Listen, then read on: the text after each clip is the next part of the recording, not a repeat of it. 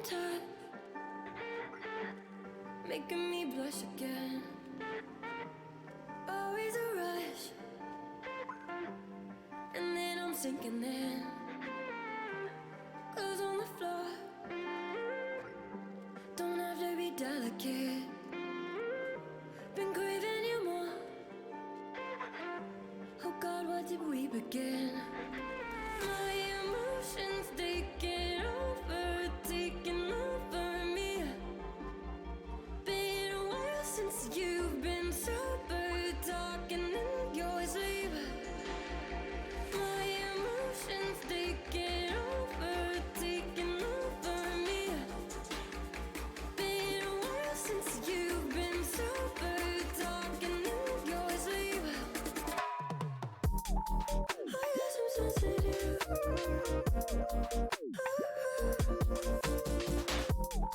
I guess I'm sensitive.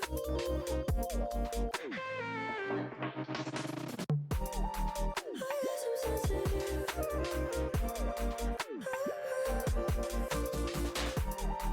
I guess I'm sensitive.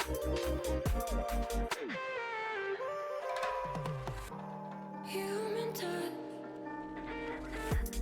making me blush again. Always a rush, and then I'm sinking in. Clothes on the floor, don't have to be delicate. Been craving you more. Oh God, what did we begin? My emotions taking over me. Been a while since you've been sober, talking in your sleep.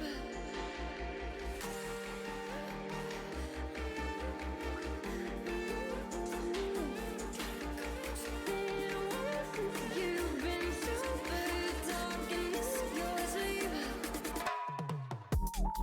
I guess I'm sensitive.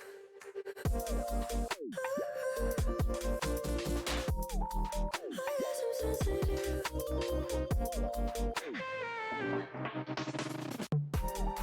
I guess I'm sensitive.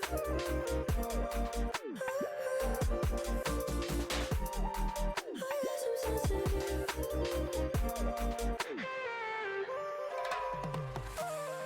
I guess I'm sensitive.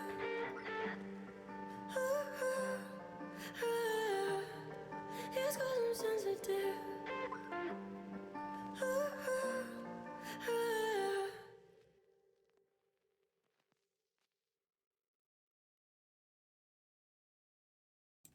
Hello, hello, hello. Welcome to a bonus Saturday stream, chat. God damn. It's been a hell of a Saturday. Hi, welcome. So nice to see so many familiar names here. Thank you so much for joining me on a night that I normally don't stream. Morgan wasn't feeling up to streaming tonight, so she's deciding to just like hang out and relax in bed, which is totally valid. You guys know that I've been there as well. So just make sure to support her. She might do like a bonus stream, nothing set in stone, but she might do a bonus stream tomorrow for Sunday. So instead, I'm filling in for her block of streaming right now. We're doing a bonus Saturday stream, and going back to an old standby. We're going to be using, what am I talking about? We're going to be playing Power Wash Simulator. We're going to be using Power Wash Simulator to farm viewership so that our channel becomes more relevant in the algorithm, and then we can overtake who's the top streamer now? I don't know, like Ludwig or someone. We're coming for you, Ludwig. That's right. What am I fucking talking about? It's Saturday. I'm unhinged. I've spent the entire day fucking fighting with racist people on Twitter. I normally don't do that anymore. I haven't done that in a really long time, but someone was being a dick to Jordan, my good boy D-Tune. For those of you who don't know, please go check out D-Tune, like one of my favorite people in the entire fucking world. But they were being an asshole to D-Tune, so I was like, it's time to get violent, you know? It's time to verbally tell this person that I will feed them their fucking teeth with my fist, you know? Body slam Ludwig? No, I'm not. I feel like Ludwig would kick my ass in a fight. He absolutely, like, I'm 5'5". I'm tiny. I haven't used martial arts in like fucking 10 years. He'd probably like just He stomp only on my likes her because face. She's old. She's probably like 20. Oh my god, Anna, thank you so much for 29 months here. Big thanks to Max Yep, hooer whoosh. Woody for my sub gift. Thank you so much, Max, for that 3-month gifted sub. I know Max is off enjoying like the BTS concert or something like that right now. But Anna, I'm so glad that you're continuing to enjoy that gifted sub. Coming in here on your final month, but 29 months in the community overall. Thank you. Power wash the assholes away. Yeah, I mean, that's part of the reason I wanted to do a stream tonight as well, is because, like, I don't know, all day was like, I spent all day fucking blocking people. I spent all day telling a couple people who were being, like, just racist enabling fuckfaces to, like, just, you know, get bent, and that they're never gonna, you know, amount to anything, because they won't, with the trash attitudes that they have. And it's just, I don't know, it was super annoying day, honestly, for me. So I was like, where can I go where I'm gonna be a little bit less annoyed? So I was like, you know, Morgan's not streaming, I'm gonna jump on, maybe do just like a super late night, super short power wash stream. We're gonna power wash away the bad vibes, we're gonna hang out with each other, have fun. Who the fuck tried to hurt D-Tune? I don't know, some nobody from Australia. I've never even heard of him before. I'll burn my mogul move. Well, I mean, if you go to D-Tune's Twitter feed, that tweet has 12,000 likes on it. It has been seen by like hundreds of thousands of people on Twitter at this point.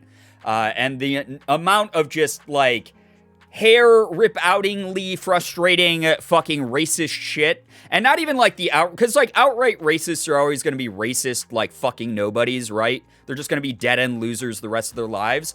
But it's the people who do the sort of like all lives matter energy bullshit and fucking just like, it will be like, well, if we all just sat down and talk, it's like yeah, I'm going to sit down with like a member of the fucking KKK and like fucking talk it out with them, because clearly I'm going to be able to change their mind. Like, shut the fuck up. Shut the actual fuck up. That's not your place to talk about that kind of shit. Obviously, I've had a heated day dealing with these types of people on the internet who just don't have a fucking functioning brain. But that was my day. So, all you have to do is go into my replies from Twitter today on Maine, and it's just me fucking dunking on this dude over and over again, and then him being too big of a fucking wimp to talk back, because clearly, like, you know, his logic is being called out, and he knows that he doesn't have a leg to stand on. But anyway, let's move past that, because I've been dealing with it all day. It's annoying. Please go, and more than that though, go support the fuck out of Jordan. Go support the fuck out of Jordan. Jordan is one of the nicest people I've ever met in my life. He doesn't deserve the crap that he gets. He's so hardworking. The dude is juggling like 5 billion jobs behind the scenes. He is so good at what he does. He is an incredibly entertaining stream community. If you guys like these streams, it's like these streams cranked up to like 500. His streams are just energy. You can go there and feel like you're at a fun house party all the time. Hello here for the secret stream. Blogger says what, Bree? Thank you very much. 33 freaking months. I appreciate that a lot. Thank you very, very much for the 33 months. That's really nice of you. Someone who was very naive and sheltered as a kid, I can understand thinking we need to just talk to racists, but after marginalized people say, no, that won't work, and you're not helping by saying that, you don't have an excuse to not knowing anymore. Right, so like the big fucking thing, right, for me, that pisses me off as someone who's dealt with this as a fucking POC my entire life, is you can have that mindset of, oh, why can't we all just get along? And then when someone who is the victim of unfair treatment, who brings up their experience as a marginalized person, goes, hey, that's not really how it's worked, and that's not how I or anyone I know has experienced this in our lifetime. Please just listen to me and reconsider. And you spend energy to talk over them and center yourself like an entitled piece of shit in that moment. Fuck you. Conversation's over. You're like enabling so much bad behavior, and you are so unbelievably brain dead that I no longer feel like I'm talking to another human being, because you are just that stupid to me. So that's the end of that.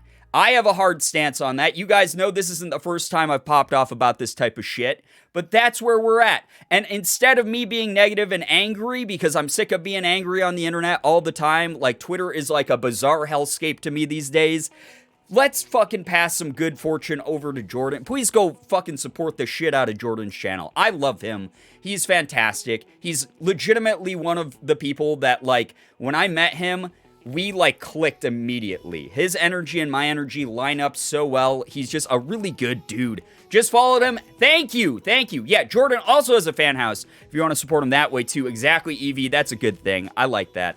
I'm white passing POC who's still experienced racism. There's no changing their minds unless they want to. Exactly. Thank you.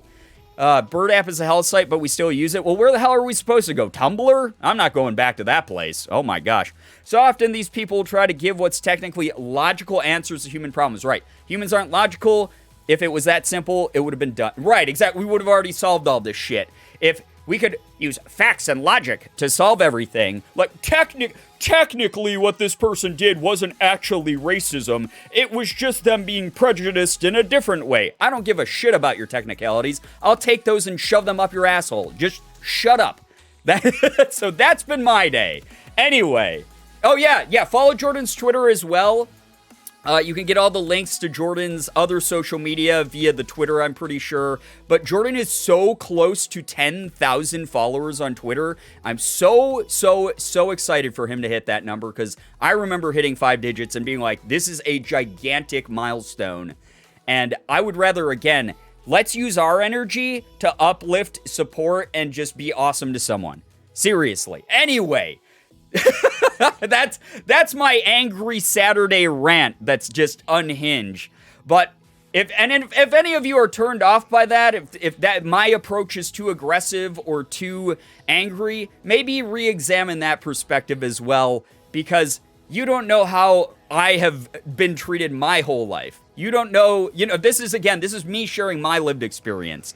So there's that. Normally, by the way, for those of you who are just joining, I see you here. It's Rick the Fox. Hello. Hi, or it's Trick the Fox. I'm so sorry for misreading your name. Hello. Hi. I hope that you enjoy this stream. I'm normally not quite this heated, but today was like a special brand of stupid on Twitter, and I just had to get involved because it was making one of my really good friends feel bad. And this is the thing. People can go after me all they want because they fucking do anyway. So there's no way I can stop that. It's why my block list is like literally like 5,000 people long. But like, if you go after one of my friends, I'm gonna get fucking loud. I'm gonna get angry. I'm gonna get involved in that shit. Go after me, whatever. I don't care. I'm used to that shit. But if you go after one of my friends and disturb their peace, I'm going to destroy you in every possible way that I can. I am going to make you really rethink about how much of a fucking loser you really are. That's just the way it goes. The block list gets longer. It really does. Go off, we all support. I'd rather you go off. This is me being like as honest as I can possibly fucking be also. Sorry to those of you who are like, ooh, secret Saturday stream. It's gonna be just chill vibes. I promise you that I'll deliver those. We literally have an update to Power Wash Simulator I've been looking forward to playing forever. That's what we're going to be heading in the direction of the rest of this stream. Ecto, thank you for the gifted sub to Trick the Fox. That's so nice. Trick the Fox, enjoy the emotes, enjoy the sub badge. Enjoy being a subscriber here during your first stream. Like, seriously, that ship mindset affects your community too, so Brian will double down. Yeah, that's the other thing too, is like, again, this is my space. I'm allowed, not my space like the defunct social media site, but this is my space on the internet. I will say these things loudly, proudly, with my whole fucking chest. And if people have a problem with that, go watch someone else. I don't give a shit. Oh, God. Anyway, first time I watch your stream, now I know I'm going to stick around because you don't stay silent. I respect the hell out of that. I don't, because, I mean, I am someone who's been on the receiving end of so much, like, horrible hatred throughout my life that, like, it's one of those things that sort of, like, sets me off a little bit. But again, that's not the point of tonight's stream. I just wanted to give a preface to people. If they're like, man, does Brian seem like he's in like a weird mood tonight?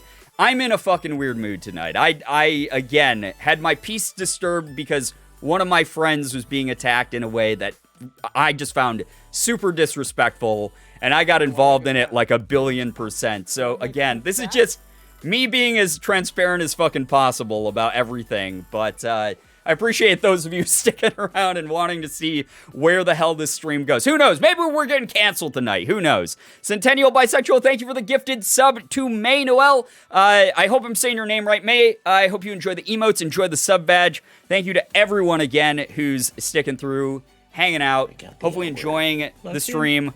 Enjoying the community, whatever. I don't know. King Charisma, thank you for the 2 gifted. What is going on? I just angry ranted for 15 minutes. Thank you for the 2 gifted. To Casey321 and Captain Clark, if either of you here, make sure you're saying thank you. That is unbelievably generous. And thank you, Pyro, for the bits as well. That's so nice. I used to know a streamer who was too much of a people pleaser and would let so much shit slide to keep as many viewers as possible. So I definitely always feel much safer in a stream where the streamer and the community speak up and are very firm in where they stand. I'm glad that that resonates with some people, because that's like one of those things where I've never really questioned doing that. Like, yeah, there were times where, like, there are moments I'm a people pleaser, so I don't rock the boat over less egregious things that at the end of the day don't matter. You know, my opinion about pineapple on pizza or something, you know? But also, there's a line. And when that limit is crossed, then I'm gonna be as honest as fucking possible about things. That's just the way that it goes. Like, it's just very, very, it's just, I have no problem speaking up about things that affect me directly, affect people I care about directly, etc. So yeah, Brian lets us be chaotic, but not assholes. Exactly. There's a big difference in that, and that's something that, like, I know we've had to, like, bring that up a couple of times in recent streams, where it's like, there has to be a limit to, like, the chaos sometimes. Like, yes, I love being absolute meme lords here, but, like, if you're making other people uncomfortable, we're gonna call that out. And it's not gonna be calling you out specifically and being like, oh, you in the chat there, you specifically, man, you do this all the time, you're gonna get canceled by our community, get on out of here. It's nothing like that. It's more of just like a gentle reminder PSA to just be mindful. But yeah, the people pleaser thing specifically, there's a very hard limit on that, of how far you can go with people pleasing. I people please by going live and talking to you guys and not only ranting or not only being negative or whatever. Like, I want to have a good time. I want to hang out. I want to have fun. I want to talk about things you guys want to talk about. But when it comes to things like fucking homophobia, transphobia, racism, misogyny, shit like that, there is no fucking excuse for that ever, ever, ever, ever. And that shit will never fly here. It will always get called out. And there are going to be moments that I set aside a little bit of time, like now, and just scream into my microphone. And the people who want to hear it will stick around for it. And the people who don't will leave and will hopefully never fucking see them again. Anyway, let's go ahead and move on to good news, because I'd rather move on to that. Like I said, I was like, where can I go where I'm gonna, like, not, like, be annoyed? And I was like, wait, going live on Twitch is, like, a perfect place. So, like, you guys are awesome. You're just fun to hang out with. So, yeah, I just read the thread. What the, yeah, it's like one of those, like, was the person Jordan and I talking to, like, a actual, like, 10-year-old? Like, what is going on? I don't know. Anyway.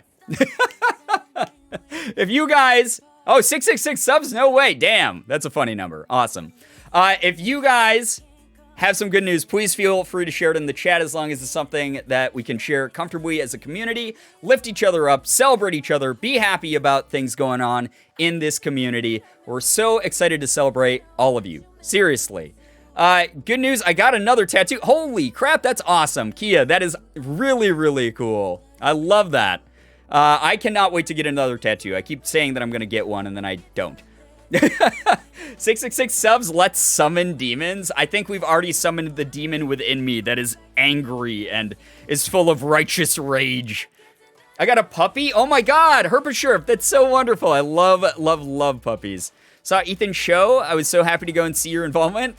We're trying to keep it as quiet as possible. Obviously, I know you're someone who's not going to have any sort of spoilers here. But yes, for those of you wondering, I had a very small involvement in creating something for Ethan's show. So if you have a chance to go, you may be able to recognize something that is very familiar in the show.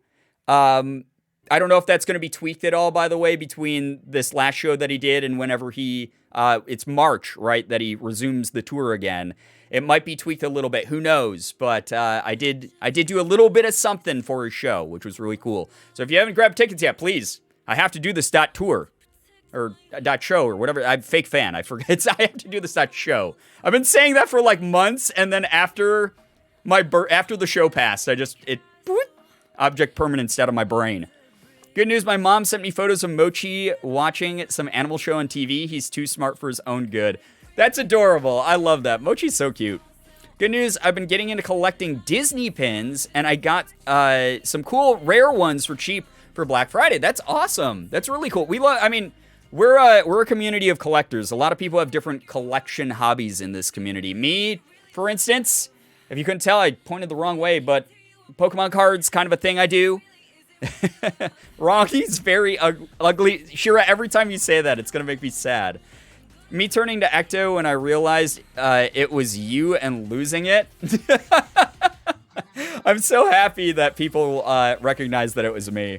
Bought my tickets the day they went on sale. Hell yeah. Personal good news as well. I came out as ace to my friends and they accepted me. Hell yeah, as they should. We're very, very proud of you for doing that. And I'm so glad that you have some close people there who are going to be supporting you. Texted her back and said, Mochi is ugly in a good way, and she sent back a surprised emoji. That's what I would have done to you. You didn't memorize the link bad friend alert?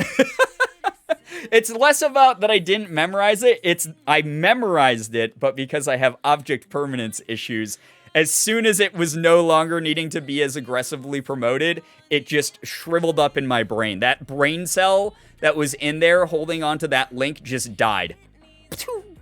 Good news, I tried sweet potato pie. Got an amethyst stone for rubbing with your thumb. Awesome. Oh, like the worry stones. I had one of those when I was a kid to help with like just having restless hands from ADHD. So that's cool. That's very, very good. What did you think about the sweet potato pie? Good news, I splurged on a capture card because of Black Friday sales. Good time to do it. Somehow scored some same day delivery. Managed to get it set up perfectly and can now play Animal Crossing through it. Hell yeah, let's go. Which one did you get, Mads?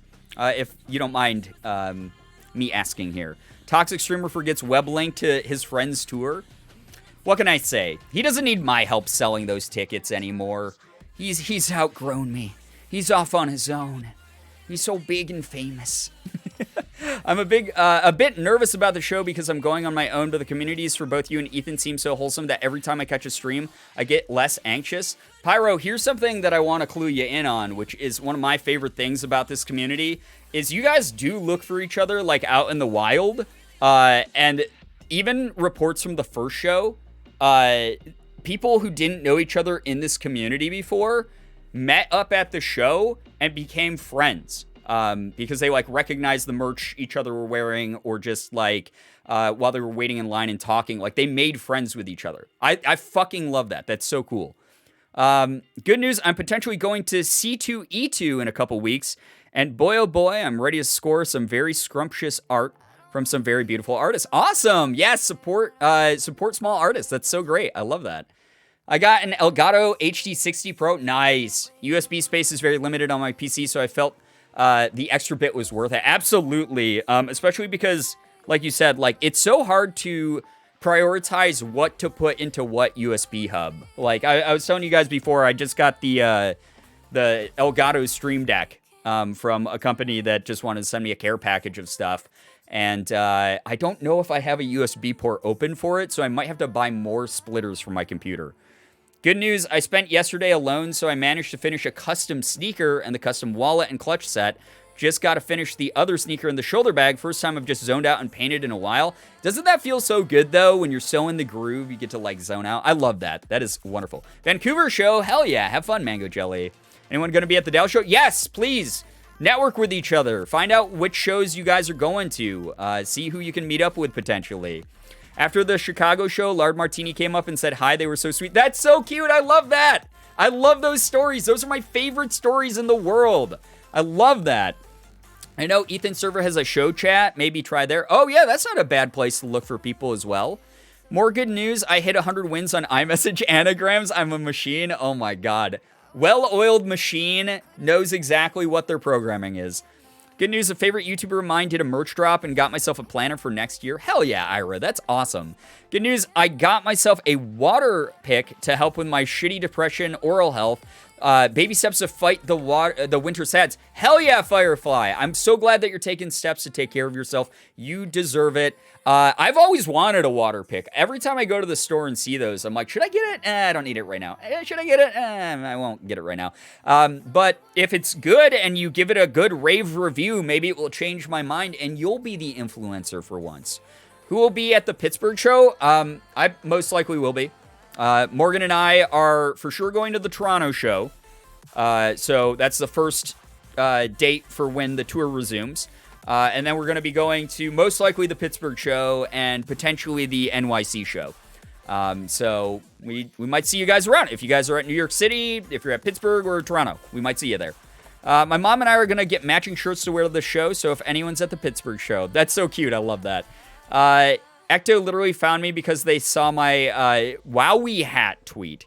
Going alone isn't scary, I promise. Yeah, the other part about it, and I try to remind people of this all the time, is that when you go to these shows, even if you're alone, you're going to get so sucked into the performance and like wrapped up in the like collective energy that's in the venue that it's not going to matter that you're there alone because you really are sharing that moment and that experience with everyone else. It's the same with like live bands. It's the same with like theater productions, things like that.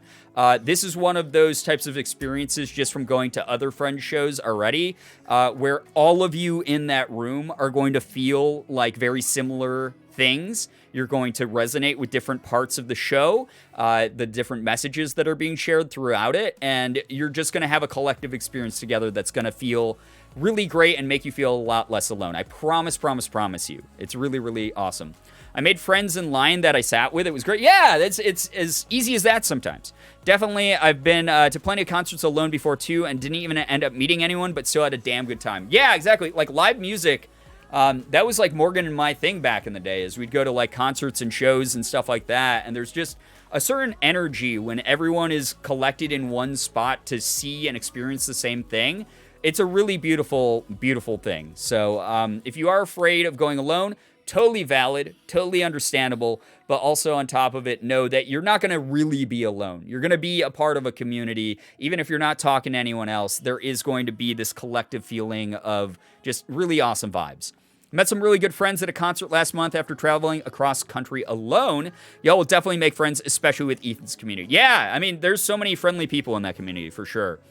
And again, look out for each other. You know, go join the Discord. Hit up. Actually, our Discord's a great place to do that because it's a lot quieter and a bit slower. So it would be very easy if you guys haven't joined the Discord to hop on over there, talk to other people, find out who's going to the shows, and see if maybe you guys can link up if you want.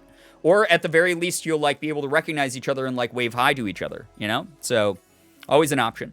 I want to go to the Cleveland show, but I still don't think I'm going to be allowed. I feel like I'm old enough to handle a few swears or whatever.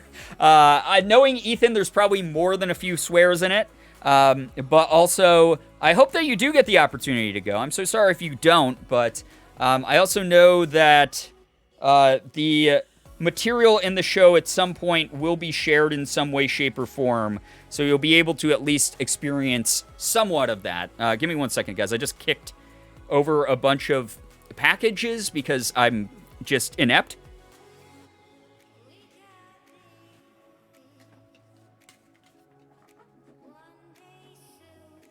Okay, they're fixed. We're good.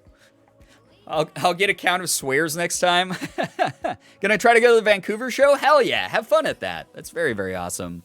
The sweet potato pie was super good. Kind of tastes like pumpkin pie spice flavor-wise, just different texture and crust. Would recommend, though. I'm so glad that you enjoyed it. That's awesome. It's always nice to try something new and then end up enjoying it. Friends will find you. When I went to the Black Veil Brides concert, I wore my cloak hoodie and ended up making friends with the girl behind me online. We started talking about Unisanas and Mark and Ethan. That's awesome. Yeah, you can find, I mean, again, you can find each other out in the wild everywhere. Hyper RPG was there, I think. They were, yeah. He only likes oh my god, thank you.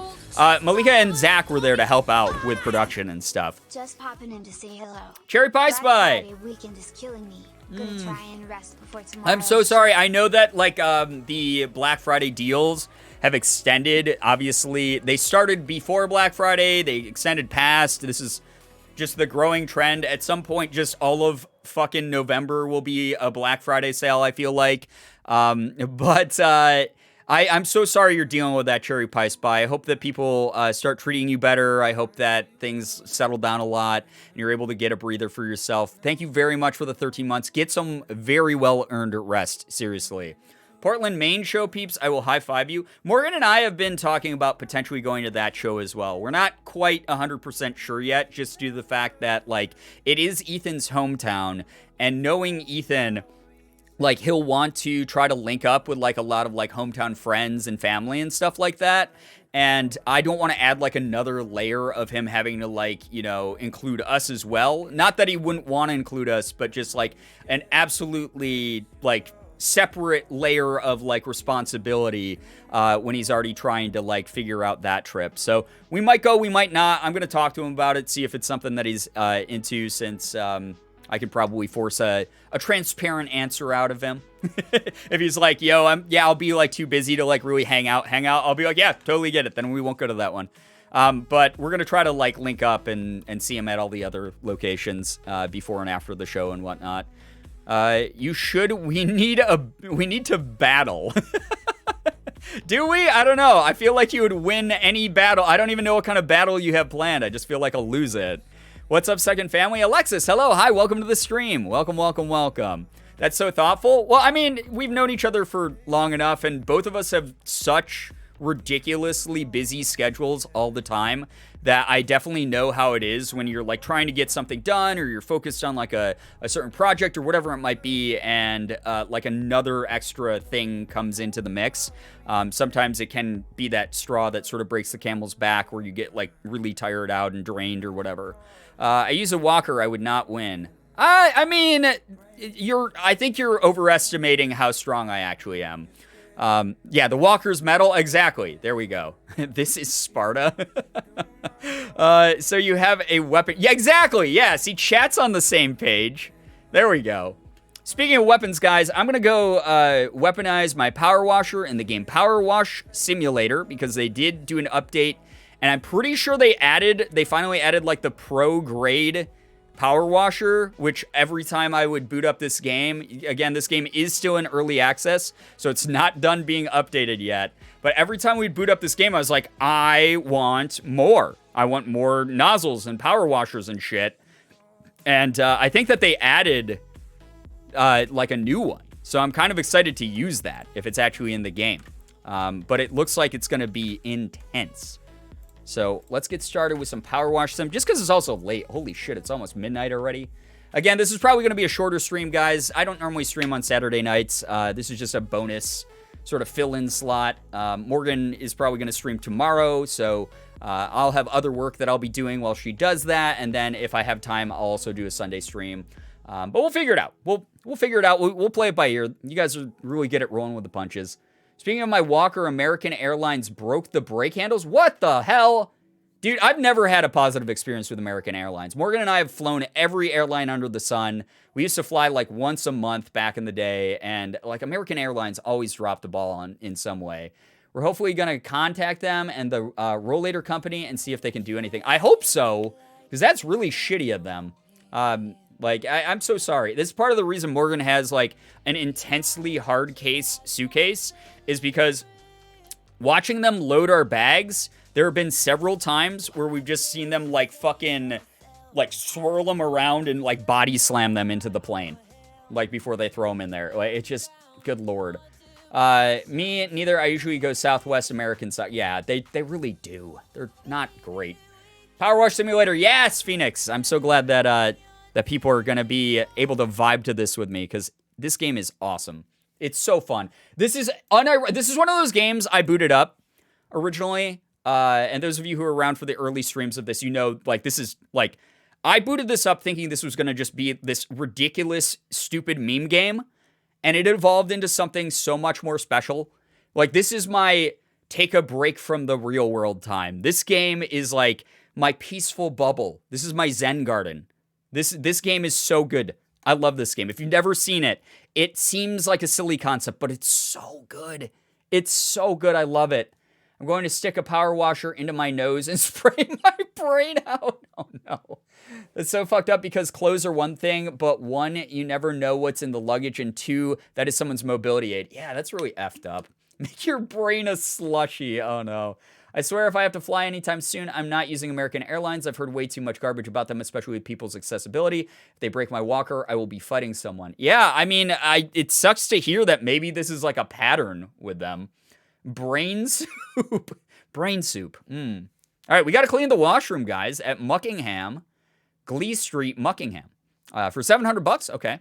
So Clement Weathers says, you know, a lot of folks have asked me recently, Clem, why the heck you buy a huge abandoned washroom when you only ever gonna need it 6 to 8 times a day? I tell you, I'm gonna convert it into Muckingham's premier nightclub. Are you? Young'uns crave novelty, right? And I can tell you, ain't no one round here drunk pina colada out of a urinal. I can tell you that. I mean, that would be a pretty unique experience to drink a pina colada out of a urinal. Anyhow, I'm a bit of a germaphobe myself, so I only got as far as taking the cubicle doors off. If you could blast the place, I can see what I'm playing with. I don't like that you said that phrase. I don't like that I read that. Why did I read that like that? Nut water? No, not nut water. No, we are getting rid of the nut water. We're washing away the nut water. That's the whole point of Power Wash Sim. It's a great, wholesome, fun game.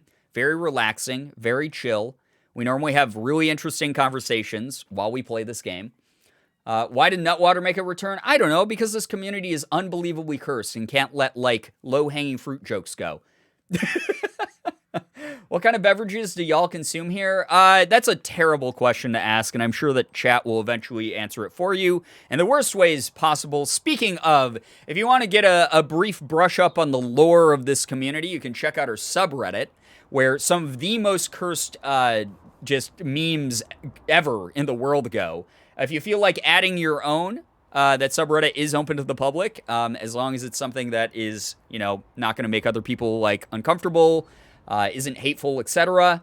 Feel free to drop some weird shit over there as long as it deals with the community. You can do weird edits of my face, take clips from the stream, put them up there, whether they're in context or not.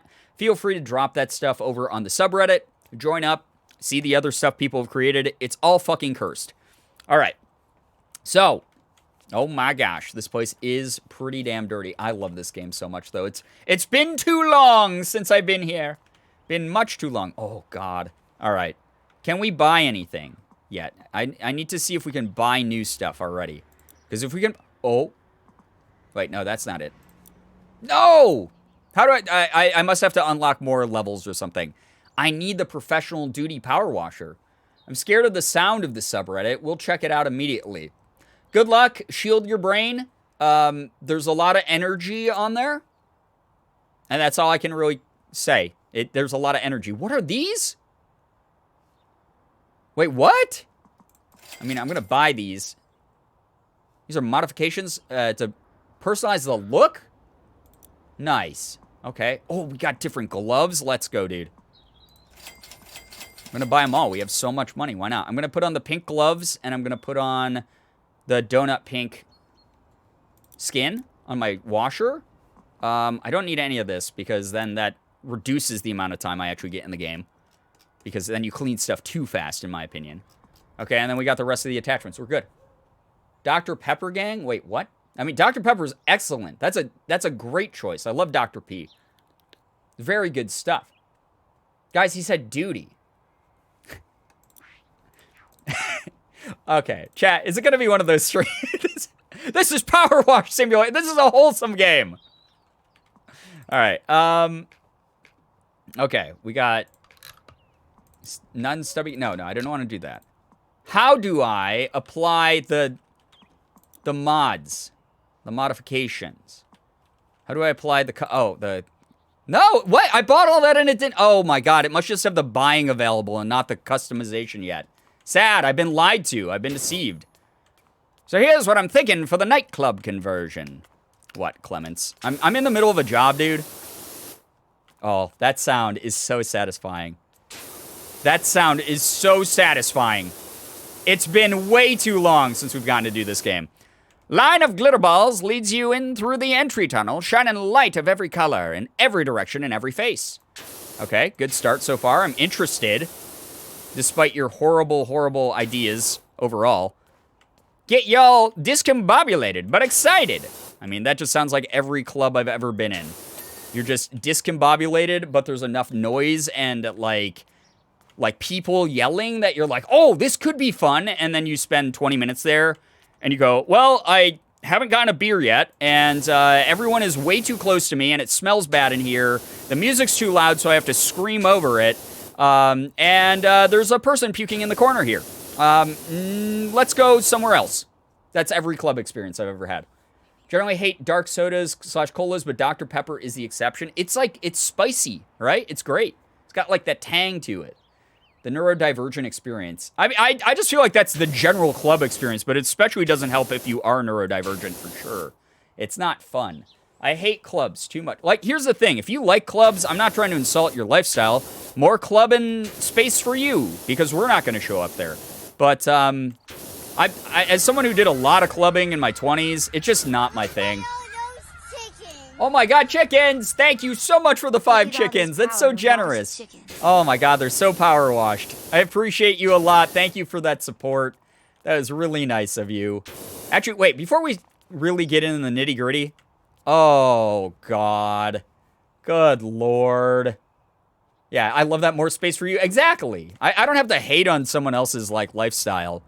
If that's, like, what they find fun, go do your fun thing. It's just not, you're not going to see me there at that thing. Dr. Pepper is just cola and cream soda, is it? I thought it was made out of, like, 23 ingredients. Isn't that the whole point? It's like Dr. Pepper 23. It's like 23 secret ingredients. We saw KFC do it, and we thought that we could do it as well. All right, so it's just like a half donut here. This whole place is just a half donut, and it's mirrored, basically. Okay, interesting. Spicy water is vodka. Spicy pop is Dr. Pepper. Okay, that's fair. I've never been to a club, but I do go to bars. Bars in small towns are wild sometimes. That's because, like, no one's holding anyone accountable, and shit just, like, goes off the rails. Yeah, that's every small town bar I've ever been in. It's just, like, the bartender will be like, all right, whatever, just, who wants shots of these? This is a new drink I just came up with called the Mind Eraser. It's made of like 18 parts vodka, 22 parts whiskey, and there's a cherry in there somewhere. And then everyone just gets obliterated and weird. That's like every small bar experience I've ever been.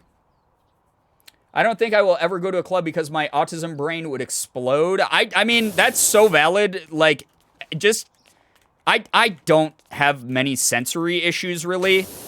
And even I am so uncomfortable inside of clubs. I just can't do it. Maybe I'm just not evolved enough. I don't know what the deal is, but, like, they're just not for me. They're places that anytime, like, I'm in a group of people, and they're like, let's hit up the club! Man, oh man! And I'm like, why? So we can listen to music that, like, Lil Jon made 10 years ago and, like, wait 35 minutes for every drink? No, thank you. And then have someone, like, elbow me in, like, the chest? Nah, that doesn't sound, that's not for me. That's just not for me. Like, I can, if I want that experience, I can just, like, get drunk at home alone and then tell Morgan to, like, punch me. And then, like, have, like, her phone, like, right in my ear blasting music from a decade ago. That's the same exact experience. Like, turn off all the lights in the house and do that. And it's way cheaper for me to do that here. My friends want to go to NYC on New Year's Eve to go to a club. Oh, no. No. Don't do that. Don't do that. It is going to be you guys waiting to go to the club, getting through traffic and crowds for 4 hours, and then you will get to spend 15 minutes in the club before it shuts down.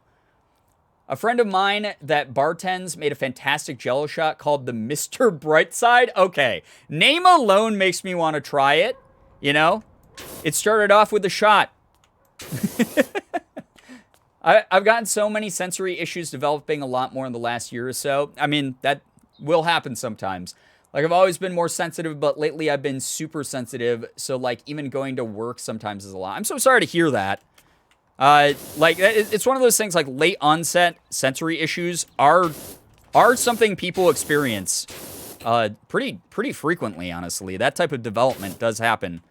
I'm sorry that you're dealing with that. I do hope that there are things that help mitigate it at least somewhat, and there's people in your life and at work and whatnot who are accommodating to those types of changes. If I wanted to have alcohol, I would just stay home for free instead of going to the bar. Yeah, so that's like when we went out to LA, like Ethan was like, hey, I know this like bar that's like really quiet, no one's ever in it, so like it'd be very social distance and whatnot. Like, do you want to go? And Morgan, Mika, and I were all just like, no. If we want to drink, we can stay here and hang out with each other. And it will be, like, way cheaper and way more fun. And it was. Generic Bones, thank you for the bit. super secret Yeetus. Thank you. Unpopular opinion, beer is ick. I mean, I wouldn't say that's an unpopular opinion. When it comes to alcohol, like, all alcohols are going to have their fans.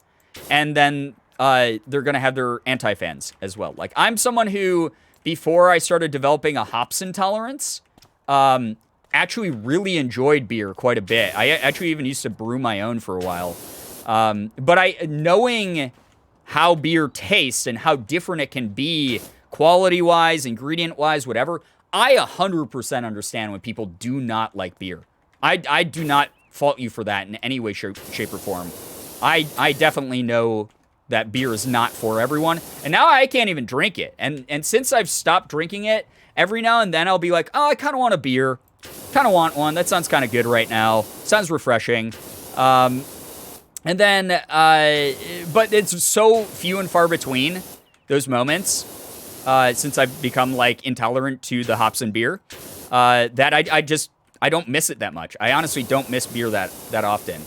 But I understand why people like it, and I understand why people dislike it, if that makes any sort of sense. Welch's sparkling grape juice slaps. Oh my god, it does, doesn't it?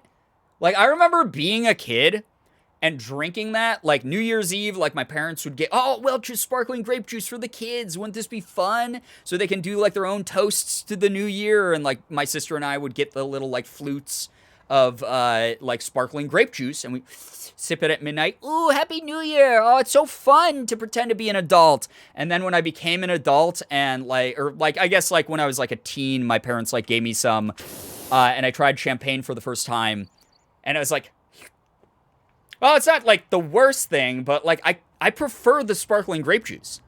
Like, it tastes way better. I would much rather have that than champagne any day of the week. I've never ever liked beer, and I do not think I ever will. Even when I was little and could smell my dad's beer, I just knew I'd never like it. That's fair. Some people have, like, an aversion to the smell or the taste or just the idea of it in general. Like, I don't blame anyone for that. I don't talk down to, I don't have, like, alcoholic superiority over people or something. Like, if you like what you like. It's the same as food. It's the same as movies and TV and stuff. People have their own preferences. And when it comes to beer especially, and alcohol in general, like, it can be very abrasive to people.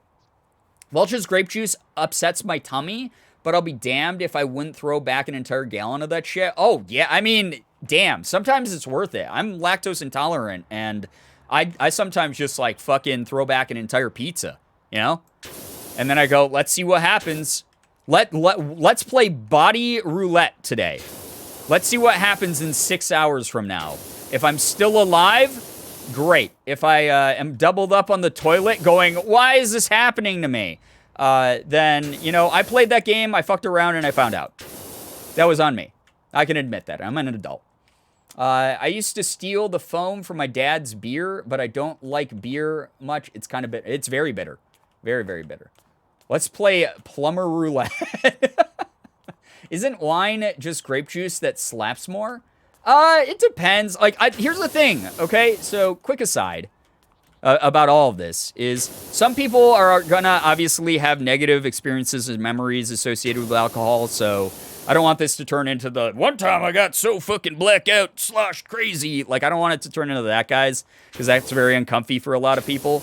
But when it comes to drinking in general, like any sort of like fermented drink does have like a natural abrasiveness to it. Like we got to keep that in mind. Like those of us who are used to drinking alcohol, we like it because it's been like an acquired taste, or we've gotten old enough that it's like developed into something else. But like people who are not used to it, or people who have like given it a shot and been like, yeah, it's just not my cup of tea. It's like that's just the way the human palate works sometimes. It just do be like that. So like there's people who don't like wine at all. Like Morgan's a huge fan of red wine, and I don't drink it that often. Like there's some that I think are alright, but it's just not my go-to thing. Wine is just sleepy grape juice. I mean that's fair. Give yourself a nice little nightcap. That's absolutely valid. I used to do the same with like a tiny little glass of whiskey before bed. Fun fact, Juicy Juice used to be slightly fermented. Wait, what? I had no idea. Wait, so no wonder why I loved it so much when I was a kid. Wine gives me an instant headache. I'm not into it. Bad at being Italian. Yeah, you gotta revoke your Italian card now.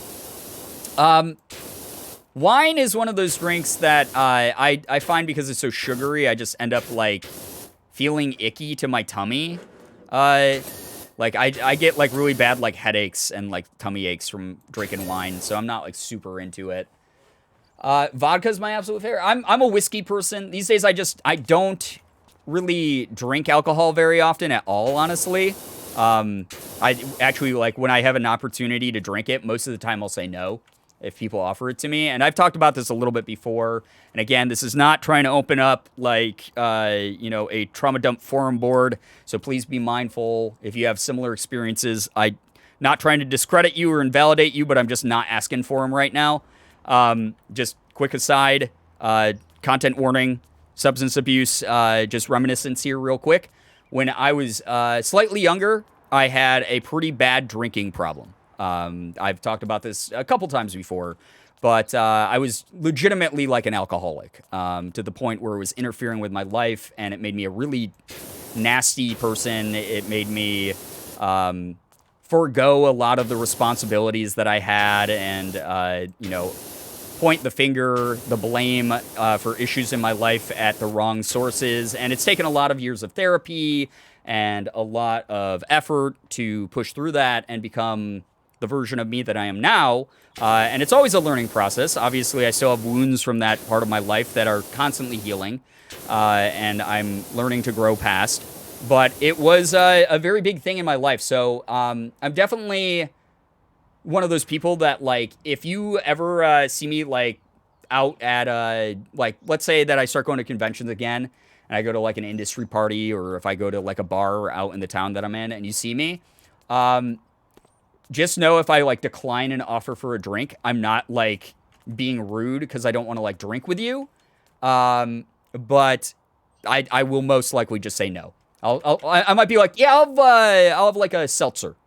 And then, like, only have one of those or something. Or I won't have anything at all. So I'll have a water or something. So that is something that, would you prefer us to switch topic? No, that's absolutely fine. I brought it up myself for a reason. It's just one of those things. I don't drink a lot. I actually have, like, a pretty strong aversion to alcohol these days, just from self discipline and whatnot for the most part. But yeah, drinking's fun in moderation. Yeah, please know your limits. That's a great way to sort of put a bookend on that little aside. Never got in trouble with leaf except for too much food and belly aches. But booze, yeah, that's another thing. Here's a little piece of history people might not know about the Brian will have a Sprite cranberry. If a bar has Sprite cranberry, abso-fucking-lutely. That is a top tier grade S choice. That is above a grade A. That is a god tier choice. Sprite cranberry is so good. Here's a quick history lesson for those of you who don't know the relationship between weed and beer, or just alcohol in general. The only reason that weed is considered a felony level drug in some states still, or I guess federally still technically or whatever, is because back during Prohibition, obviously there were a lot of people who were not allowed to drink because it was against the law. So what happened was people started smoking pot. And as a result, the government and big alcohol were like, yo, this is kind of losing us a little bit of money. Like, even though the government, like, you know, put this law into place and people are just picking out another alternative, we want people to be prepped and, like, excited to have booze if it ever gets legalized again. And what ended up happening was big alcohol put so much pressure on the government that they made weed illegal and put it in the same class of drug as, like, other illegal substances at the time. And because they knew that when alcohol came back, it was going to be a big hit. America was going nuts. They wanted it to come back. They wanted access to booze again because it had been, you know, they've been deprived for so long. And then the laws just never changed after alcohol came back. And that was that. It was also due to paper companies, too. Hemp can be grown a lot quicker than trees. Yes, that is another part of it. Another part of it. And this isn't supposed to be like, oh my God, Brian's like a pro-drug streamer or anything. Again, just like any substance, just, you know, use it in moderation if you're someone who does that. I don't need to know all the fucking time in chat. I'm not going to be impressed if you're like, man, I got so high, I ate like 18 whole pizzas and I saw, you know, like a butterfly flying around my room. I don't give a shit. Not to be mean, but like, I'm not 12, so I'm not going to be impressed by that. If you smoke pot, you smoke pot, whatever. If you, oh my God, that scared the shit out of me. Chameleon, thank you for the 27 months. Ayo to you as well. Thank you so much for being here. Thanks for that continued support. But it's one of those things, like, if you do it, you do it, whatever. We all have our own things that help us get through the day, get through the night, whatever. And I'm not going to judge you at all for doing that, in any way, shape, or form. Like, that's fine. Do your thing. Especially, like, people who use it for medical reasons. Like, that shit is, like, anxiety, PTSD, chronic pain, sleep issues, whatever. Yeah, we each have our own vices, exactly. I'm never gonna judge someone for smoking pot or anything like that. Who cares? It's illegal in New York. I don't give a shit. Like, but it's one of those things where, like, just use stuff in moderation. Do your own thing. None of us know how to get through this life. There's not like a fucking set guide on how to live life. You find the things that work for you that help you through, and as long as it's not doing any sort of, like, major harm to you, if it's not interfering with your life in some kind of way that, like, you know, really is becoming more detrimental than the benefits that it's giving you, do your thing, you know? Who am I to tell you what to do? I'm not a fucking doctor. Yeah, just be healthy with them, exactly. If someone can eat 18 whole pizzas in a sitting, I would be worried and impressed because that's a lot of pizza. Yeah, I think at that point I'd be a little less worried about their marijuana use and a little bit more worried about the stomach health. That can't be good for your gut health to eat 18 pizzas in one sitting. I feel like you have to go to the doctor the next morning for sure. Brian, serious. Me and Ecto, rocky chalky milk. You do you. Have a good time and be careful. Yeah, exactly. That's the end of that. I wish everyone had that mindset. What about just like do what you can for yourself as long as you're not like hurting yourself? Then yeah, I mean, hopefully a lot of people agree with me in that mindset of just do the things that, you know, make you happy, help you get through the day, whatever. As long as you're treating yourself with respect, treating others around you with respect, and it's not interfering with everything else going on, you know? It's okay, you can like League of Legends, I don't judge. What's up, Storm? Oh my God, freaking League of Legends. Good Lord. Don't ever let me go back to that, chat. I haven't played League in such a fucking long time, and my life has improved so much more as a result.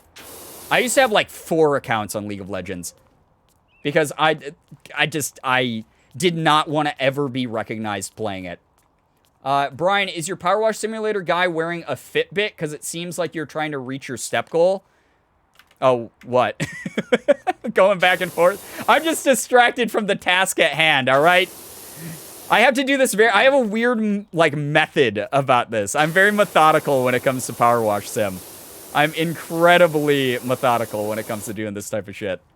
I don't know why. It's just ADHD brain in me. Like, I was working on the sinks. I'm trying to get like the little things done first, and then we'll move on to the larger segments, I suppose. Lemon milk? Oh, God. If Shira's still here, you guys can learn all about lemon milk. Because, wasn't that something Shira would talk about a lot? About how, like, you put, like, or was that Lav who was doing that? It sounds like a Lav thing, but I feel like it was Shira who did that. Where it was, like, you put lemon in milk and then it, like, instantly curdles or something awful like that. I don't like that. There's a difference between methodical and, well, not doing anything. I got moving pictures on the screen. You guys are like fucking 5-year-olds. This is cartoons. Isn't this fun? Look it. Woo! Huh? Cement mixer shot? Ugh. What's that? I have no idea what that is. It sounds deadly, though. It sounds dangerous. I remember being in college and trying my first Boilermaker and being like, the flavor alone makes me never want to drink this ever again. I'm certainly entertained. Yeah, shiny dangly keys, chat.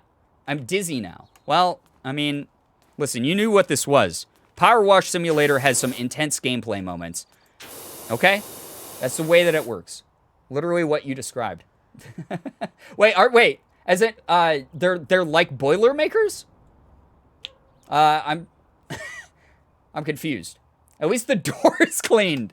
Yeah! All right, okay, let's look at the positive of this, okay? Let's not focus so much on the negative. We're not a negative community.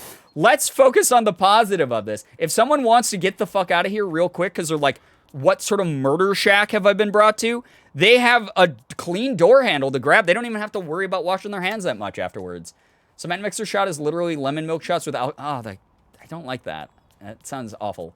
It's not Paw Patrol. I don't want it, Brian. Listen, if there's a Paw Patrol video game, we absolutely can play that on stream. For you specifically. How's that sound? Does that sound fun? Does that sound good?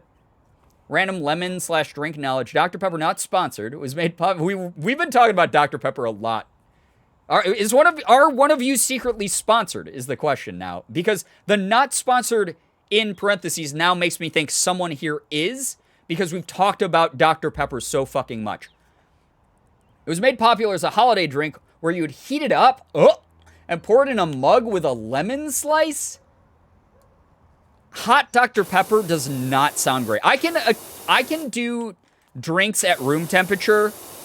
It's a gross superpower of mine that Morgan hates that I have. But I am able to drink things at room temperature like sodas. Hot, though, like straight up warmed up, no fucking thank you. That sounds... I don't like the idea of that. That sounds awful. That sounds like... I don't know. It's sponsored by Dr. Pepper. Guys, if we got a Dr. Pepper sponsorship, you know I would sell out for that immediately. If Dr. Pepper herself, CEO of Dr. Pepper, were to approach me and said, hey, we'll pay you like $25 to do this stream, I'd be like, that is not nearly enough for a sponsored stream, but you're Dr. Pepper. We're going to do it. Let's go. If they're like, oh, we'll do the Coke gaming thing, the Coca-Cola gaming thing.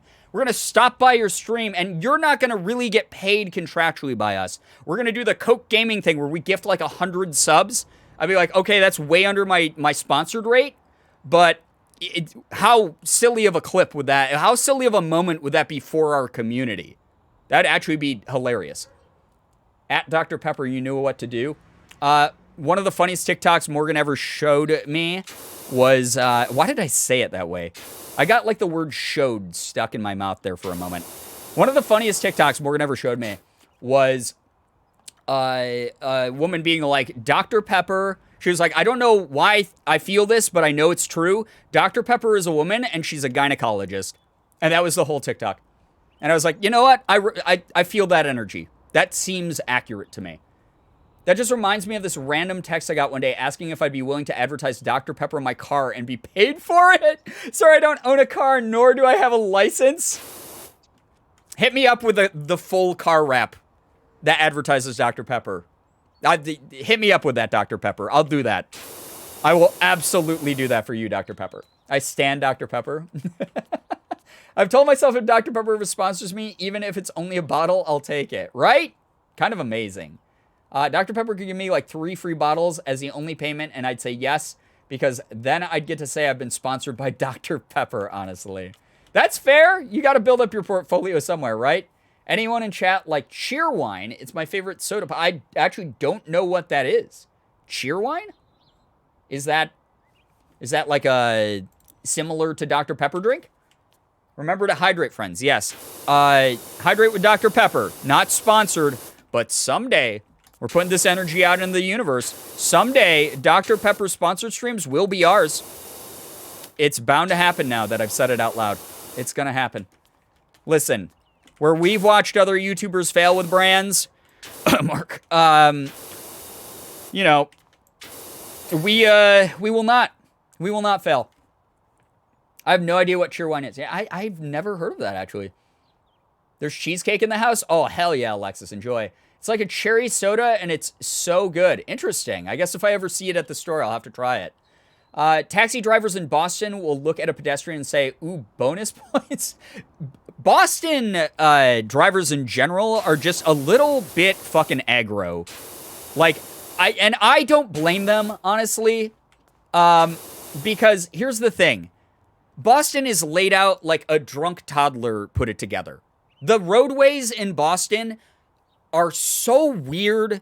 There's no reason for them to twist and turn and bend under each other the way, like, it will be like your destination is 10 feet away. And I'll be like, okay, cool. But it's 10 feet away down. I'm on an overpass that takes me half an hour out of the way to go around and then get under the same overpass that I was at to get to the destination. There were for sure crayons involved in the city plans. I believe it. I absolutely believe it. LOL, not the cough Mark. Well, listen, Mark's made that public, okay? I don't feel like I'm insulting him. I'm just stating facts, okay? Mark tried to work with a bunch of brands. They scorned him publicly. He scorned them publicly. It was a big, dramatic public fallout. There's no secrets here. You can look it all up right on Twitter. We're going to succeed where he failed. That's all. And then I'm going to text him immediately when it happens. My Uber driver in Boston fucking hit a rabbit. Oh no, I hate that. Hit a rabbit, said, oops, sorry, rabbit, then immediately missed my exit. They're scary up there. Oh no. We had a Boston fucking cab driver. Oh my God. We had a driver when we were at, I think it was PAX East like 2 times ago when we went, or maybe it was last time we went, who had a fucking mini TV in his car on his dashboard. Like, it was like a little, like, you know, like the phone holders that people get so that they can, like, put their phone in a holder to, like, watch or to, like, film TikToks. It was like that, but it was for this, like, little mini, like, flat screen TV thing. And he had it on his dashboard, like, in the set. It wasn't right in front of him either, like, where he could still see the speedometer and still sort of get a good look of the road. It was, like, over on, like, the passenger side almost. And he was fucking watching, like, Seinfeld or something while he was driving us around Boston. And every once in a while during this commute, because we were trying to get to the convention hall, he was driving and he was watching the TV and he would be like, oh. Oh! And just, like, have to swerve and, like, correct the wheel. Because he was going to, like, drive off the fucking road. He did not get a very good review. That's all I can say. My favorite memory from my school field trip up to Boston was our historic tour guide looking at us and going, you guys are from New York? We're going to do something you're used to. Clapped his hands and then it went, let's jaywalk. That's fair. I mean, that's a valid call out. There's half of the drivers here in Kentucky. That's half of the drivers here in Kentucky. Stop watching TV while you're driving. You're in charge of a 1-ton missile. Please pay attention to the other 1-ton missiles around you. Animals, pedestrians, etc. Please. Oh no, I'd be so scared if I just heard the theme song to Seinfeld as I got into an accident. Yeah, we're coming up like way too fast on a 4-way stop, and it's like, hey Jerry, and then like that would be the worst thing. I can't imagine a worse car accident than having the one last thing I remember while I was conscious be fucking Kramer talking. That would be the worst car accident ever. It would be so, it would be even more embarrassing if that took my life and that and anyone knew the details of what had happened. That'd be so embarrassing. If you can avoid Boston at all costs, I suggest it. However, if you need a guide of the Fenway area, I got you. Might have to hit you up. I've always kind of, that area is kind of beautiful around that area. Almost got into a car crash to Nyan Cat. Telling myself this is why some dude hit my car the other day. Seinfeld. There we go. The mystery has been solved.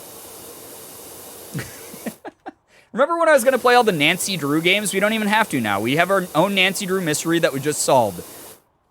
That's kind of amazing. Actually, I still really want to play the Nancy Drew games. I really want to play those. You've never seen Seinfeld?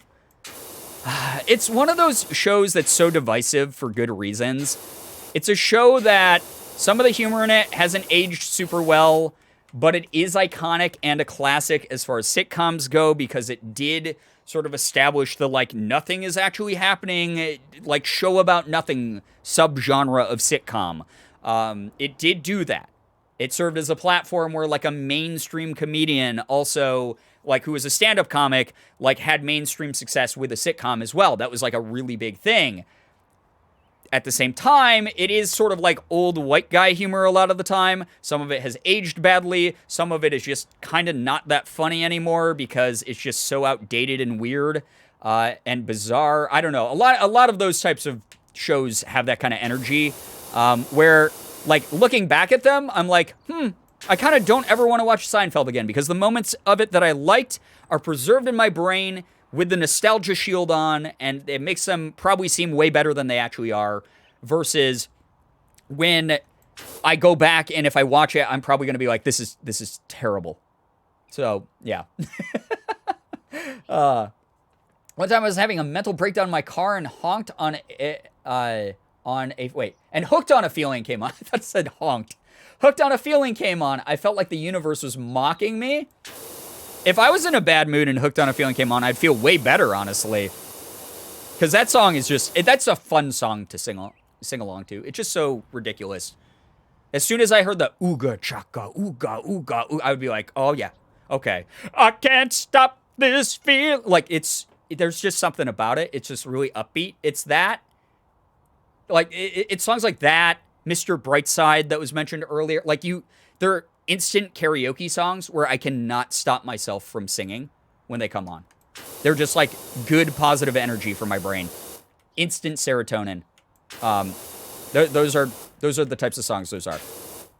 So, yeah. How did I end up here? Someone I watch must have rated you, Brian. Well, hello, hi, welcome. Goose on the brain. Yeah, there's a fuck ton of goose. Going back to Boston. There's wild geese that walk around the city sometimes. We were I think we were out at a bar or grabbing breakfast. I can't even remember what it was one time when we were in Boston for PAX, and a bunch of wild geese were just walking across a busy highway. Mr. Brightside and I write sins, not tragedies, get me going. Okay, fair. Yeah, those are good choices. Does anyone else get a lead foot when a really good song comes on and you just be jamming? Yeah, every now and then, I'll not pay as much attention to driving as I should, just for a very brief moment, but then I always snap out of it and I'm like, all right, I'm driving a huge missile that's made out of metal right now. I have to be safer. I have to be better than this. So, yeah. I have to be careful with my playlists. Mr. Brightside is the shit, bro. It's a great song. It's the perfect karaoke song, in my opinion. I love driving through my downtown area back home and blasting Corpse because I looked whack playing that in my gray work uniform with none of my E-Day regalia on. But I'll be damned if the angry white Karen faces didn't make my day. I used to do the same thing. I grew up in a pretty small town. And it was just very conservative, very traditional in their approach to things.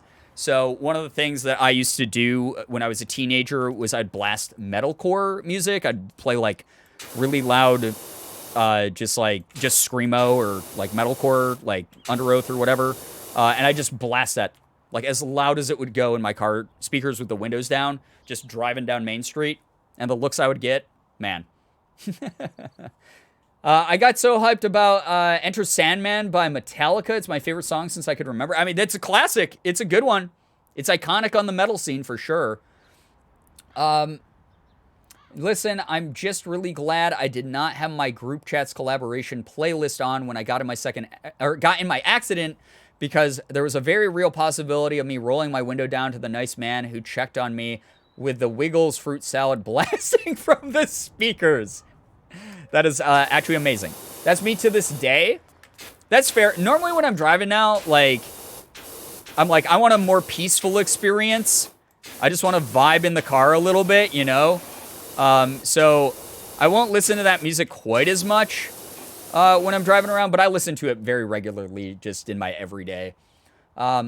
My sister drives like a maniac when Jump by Van Halen comes on. Damn, I mean, that's an upbeat song. That's a fun one. That's a really fun song. I do not blame her. Under Oath, one of my favorite bands of all time. Magpie 404, hello, hi, welcome to the stream. Also love blaring loud 80s jams when I was in a good mood. Lots of laughs and smiling faces when the Ghostbusters song came on. Hell yeah. Love me some 80s music. Morgan's got an awesome 80s playlist on Spotify, honestly. It's very good. But my Spotify playlists are actually public. If you guys just search for Girbeagly, I should be the only account named that on Spotify. So if you ever want to look at any of my Spotify playlists, they're not even close to being done, by the way. They're just... I ADHD every now and then, and we'll add like 20 songs at once, and then not touch Spotify for like a month. Or, I mean, not touch the playlist for like a month, and just listen to those 20 songs on repeat, and then add like 20 more. And that's the way that I build my Spotify playlists, so they're not done. So don't go on them and go, oh, Brian, you're missing this. There's a good chance I know already, and have plans of adding it, I promise you. Yeah, if you want to ever go follow, I just started making like an indie rock playlist. I got like a scene music playlist of all the music I listened to back when I was making music on the scene, and like playing shows and going to a lot of like concerts and shows and stuff like that, touring around the country, whatever. So like a lot of the music from that era is on there. I have a fucking K-pop playlist that doesn't have much on it yet, but I'll build out eventually. There's a lot of shit. There's a lot of stuff. I want to listen to Morgan's 80s playlist now. I bet it's flawless. I think she goes by Treasure X Trove on that, if you want to like look for it online. But she has immaculate taste in that kind of thing. She gets a little bit into the corny 80s stuff a little bit more than me. Like, she likes the really goofy, like theatrical production, big hair stuff a little bit more than I do from the 80s. But for the most part, we have very similar taste when it comes to the music in general. So, yeah. Driving down the interstate on the way to the mountains during golden hour when Bohemian Rhapsody plays is an unmatched feeling. Love Bohemian Rhapsody. I don't think that there's like a wrong time to play that. Like, I want that song played at my funeral. I want an a cappella group in all black turtlenecks when they, you know, like, are doing the ceremony. Like, if for whatever reason it's religious, I don't think it will be religious, but if there's like a last rites priest there, this is like my vision. So it doesn't have to be factually correct. It's just, this is my vision, guys. Let me have this. There's the father, you know, he's reading, the priest is reading the final like rites. It's like, oh, as we lay down this poor soul, blah blah blah. May the Lord's grace come. Like, as he's singing that, I want like 4 dudes in identical black turtlenecks who are part of like a Queen cover band to rise up behind him and start doing the poses and saying, "Is this the real life?" Like, that would be amazing. That would be incredible. I would fucking, that's what I want my funeral to be. And then to make sure that like the young kids aren't like bored, they can like play like beer pong on my coffin. I think that would be cool. Or like the buffets on my coffin. And then like everyone can be like, oh yeah, see you later, Brian. Nice spread. You know? It would be kind of good.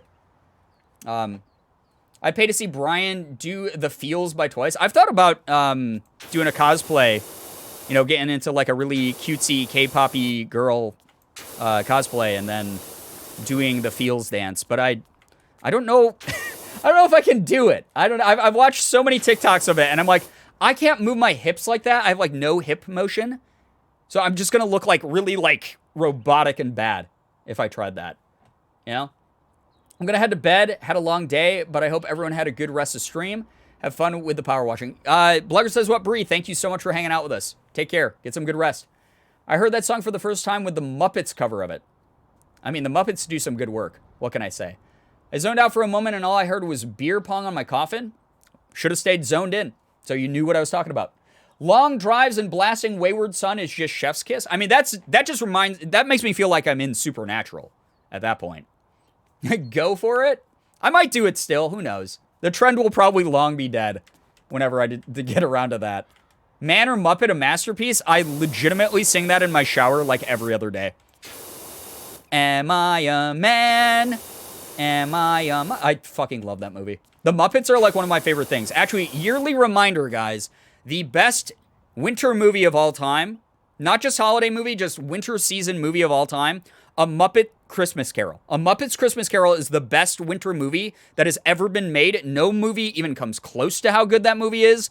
No retelling of A Christmas Carol comes as close to that telling. That is the best fucking movie. It is so good. I love that movie so much. It's really, really awesome. The Am I a Lady or Am I a Rat cover? I seriously though, if you have not seen Muppets Christmas Carol, absolutely amazing. Incredible movie. It's so good. It makes me cry every single time I watch it. And I watch it at least once a year. No cheeses for us, me says. I fucking love that part. See, I know exactly what you're talking about. Have you seen the Muppets Haunted Mansion yet? I actually haven't seen that. Speaking of Supernatural, there's a crossroad in my hometown where Dean Road and Winchester Road meet. No way. No way. That's amazing, Ecto. I love that. I think you're forgetting the best holiday movie is, in fact, Home Alone. It's up there. Home Alone 2, specifically. Again, my favorite line in that movie, I've shared this a number of times, but I have to always share it whenever Home Alone is brought up. But when he has the talk boy, the thing that warps his voice to make it sound deeper, and he calls the front desk from the hotel room, and he's like, "This is Peter McAllister, the father." Like, and he starts ordering all the shit. That is my favorite scene in that movie. That is a fantastic movie. But still, Muppet Christmas Carol, way up here. White Christmas, also way up here. Also very good movie. Very, very good movie. But Home Alone 2, up there. Home Alone 1, up there. Merry Christmas, you filthy animal. Ah, yeah, perfect. We watch A Christmas Story every year. It's my favorite. That's a good one. Morgan doesn't like that one as much. I grew up with that one. I like that one. Every time the kid gets his tongue stuck to the pole, I think about the time when I was a kid, and I very excitedly got like it was like a summer day, and my mom was handing out ice cream bars, and I like unwrapped it and was like, and immediately got it stuck to my tongue, and it was like, and then like fortunately mine just popped off. It was fine. It didn't hurt that much or anything, but my sister had gone like full force, and I don't know what had happened to these, if they'd just been sitting in the freezer way too long, but she got her tongue stuck to her, like, her, why am I blanking on what these are called? Freezy Pop things? Whatever. So bad. Her popsicle. So bad. We had to run, her tongue and the popsicle under hot water in the kitchen sink to get her tongue to come unstuck. It's really bad. I just can't do A Christmas Story anymore with how deep my mom's obsession with that movie has gotten. That's fair. I mean, again, listen, I am just listing off my favorites. If you guys don't like any of these movies, you're entitled to your wrong opinion. That's fine. That's the way the internet works, okay? That's absolutely okay. Elf is the best, hands down. I will disagree on that, and only because all the movies I listed off exist. Did you forget the word popsicle? I literally admitted that. Where have you been? What, are you on mobile? Are you one of those mobile viewers who's like 2 streams behind? A Nightmare Before Christmas. Okay, that one's up there as well. That's a Halloween and Christmas movie. I know that's hotly debated, but for me, it's both holidays, for sure. Jingle All the Way. Oh my gosh, haven't heard that. I haven't heard that one in a long time. Morgan's favorite is the Santa Claus, which is not my favorite, but the ba-doo, ba-doo, boop, boop, boop, boop, like when he burns the turkey and they have to go to Denny's. That scene is really funny. And that like cover of that song, it's all good. That part is all good. And then the movie just gets kind of fucking weird.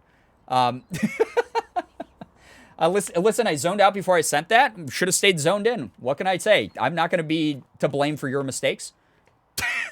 She runs the 24-hour marathon, literally the entire 24. Oh my god. Okay, I can imagine that getting too overboard then, Mads. Leg lamp in her upstairs window. We've been to the house in Ohio. It's gotten bad in recent years. Oh my gosh.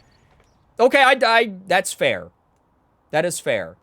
I quite like the first Santa Claus movie. That's fair. That's not my cup of tea. Morgan loves it though. So we watch it every year because I'd rather, make sure that we both get our time watching our favorite ones. I'm blanking out on my favorite holiday movie. Well, if you think of it, let us know. Hot Chocolate Song in Polar Express. You mean the movie that what was it about? Was Polar Express that Tom Hanks is like 5,000 characters in that, right? It's like he has like dialogue where he like talks to himself, right? Why is that? This is why Morgan's my favorite. The conductor. Well, I know he's the conductor because that's the iconic like him with just like the mustache and the monocle, right? Polar Express is great.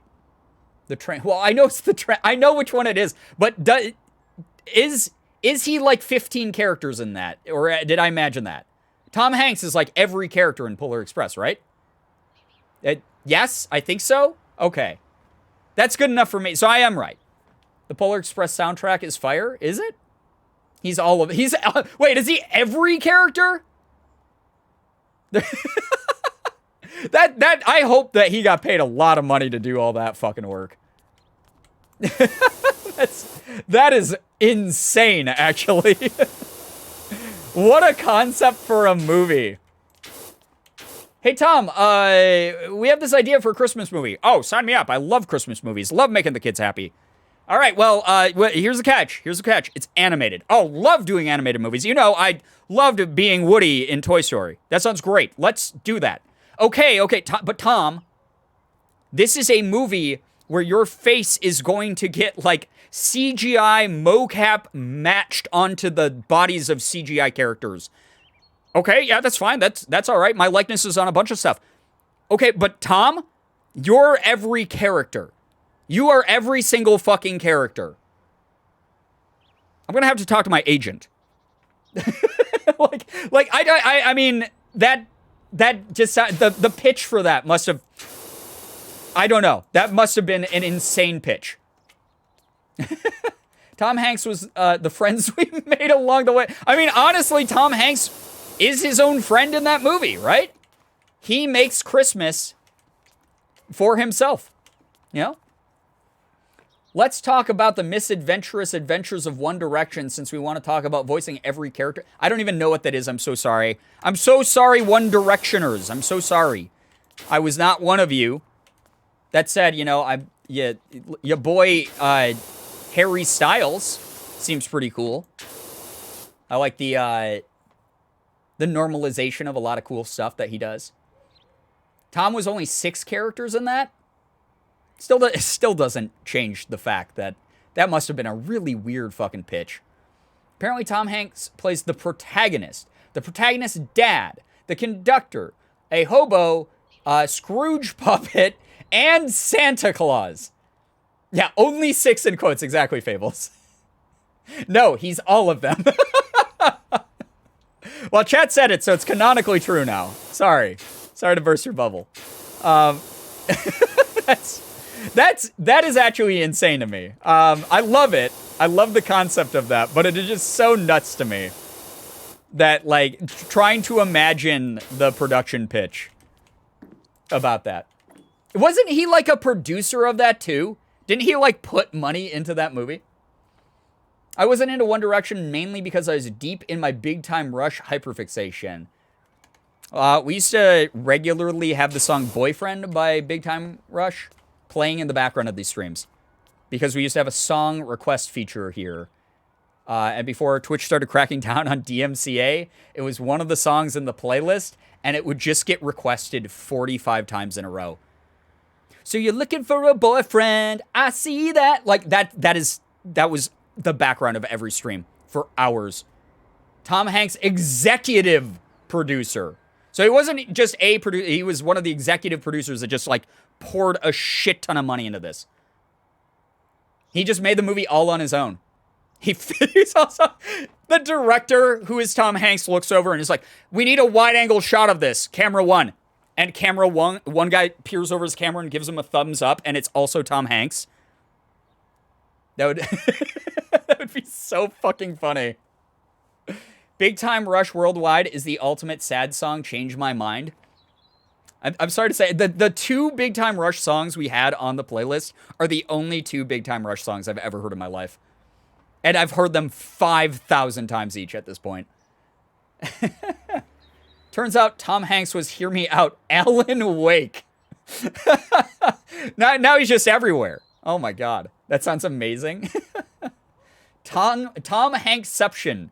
I mean, if there are movies that have similar concepts to that, where like one person is like multiple actual people in it, and it's not just like, it's not Polar Express. There's I can't remember the name of the movie, but it's got oh wait, it's called Adaptation. It's a Kaufman movie, and it stars Nick Cage. Nicolas Cage is both brothers in the movie. He plays twins, and it's really bizarre. I've got the BTR theme in my head. Thanks, guys. Hey, that's what we're here for. That's what we do here. You know that.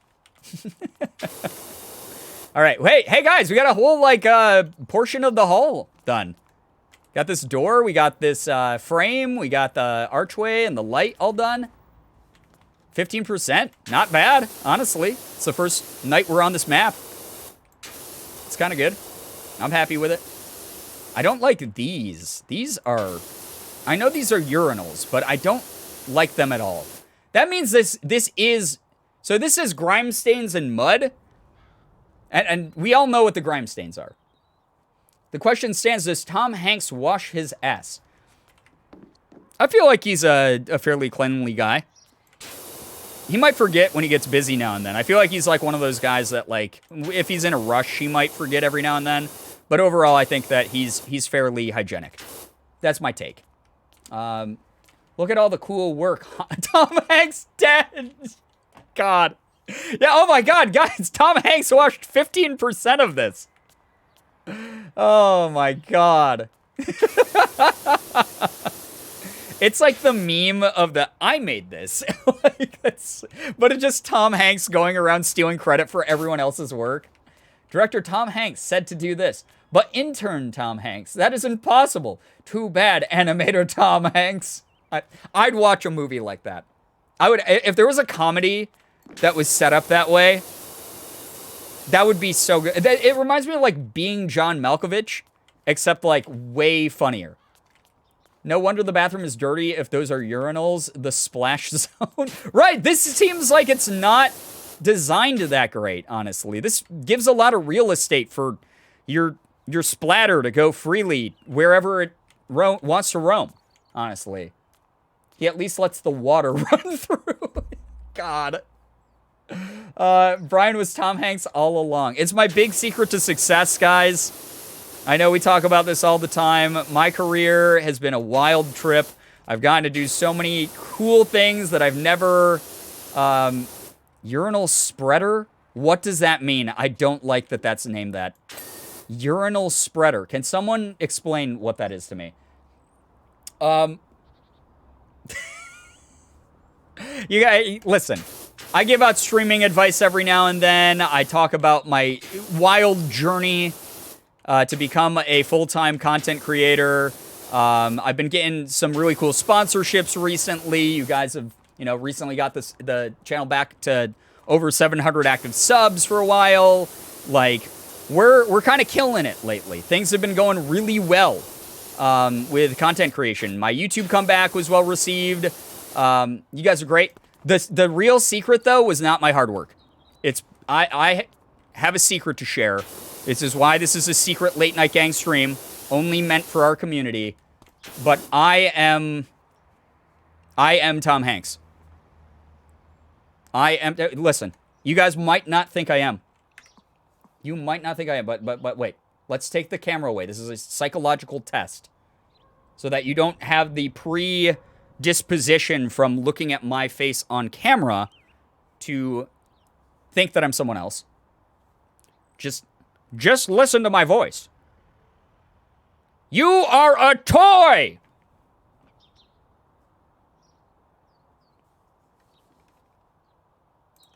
I feel really good about that. I feel really, really happy. I feel really happy I was able to get that off my chest. Thank you guys for giving me a safe platform to do that on. So proud of you for sharing this. Thank you. It took a lot of bravery to do that. From what I'm seeing, urinal spreaders are PP-powered power washers. Wait, really? Wait, what? Wait, no, please actually tell me, what is a urinal spreader? Why is it an item in this game? Why is that something I have to watch? What is this? I need to know. My streamer's a silly guy. It's me. We had to find out like this. Urinal spreader is a urinal bidet? No, it's not.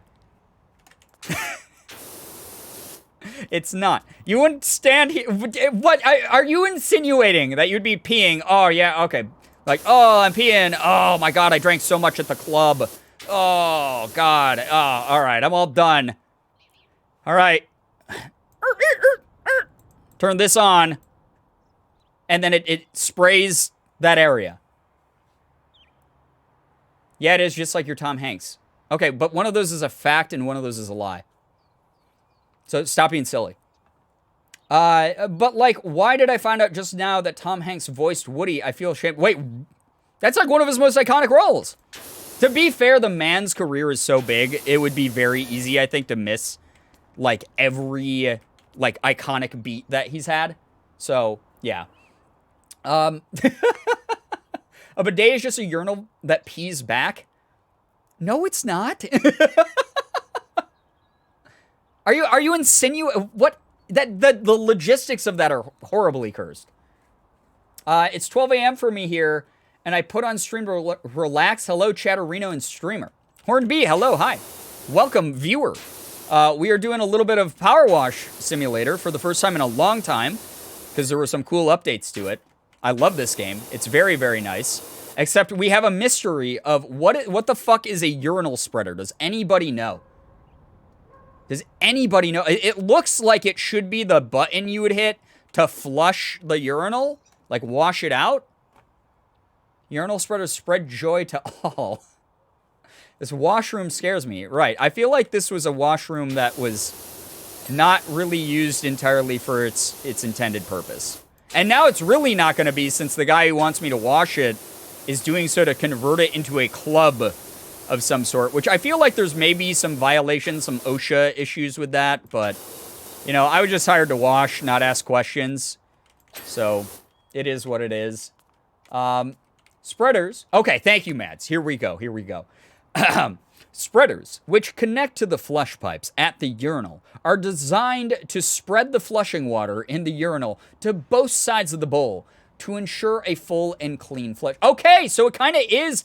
So this is like a nozzle that sprays this way and this way along like the walls and like here to make sure that if there's like a drunk guy who's like, oh man, I drank so much. Oh God. Ah. You know, like when he's peeing, you turn this on and it sprays these parts to make sure that they're clean.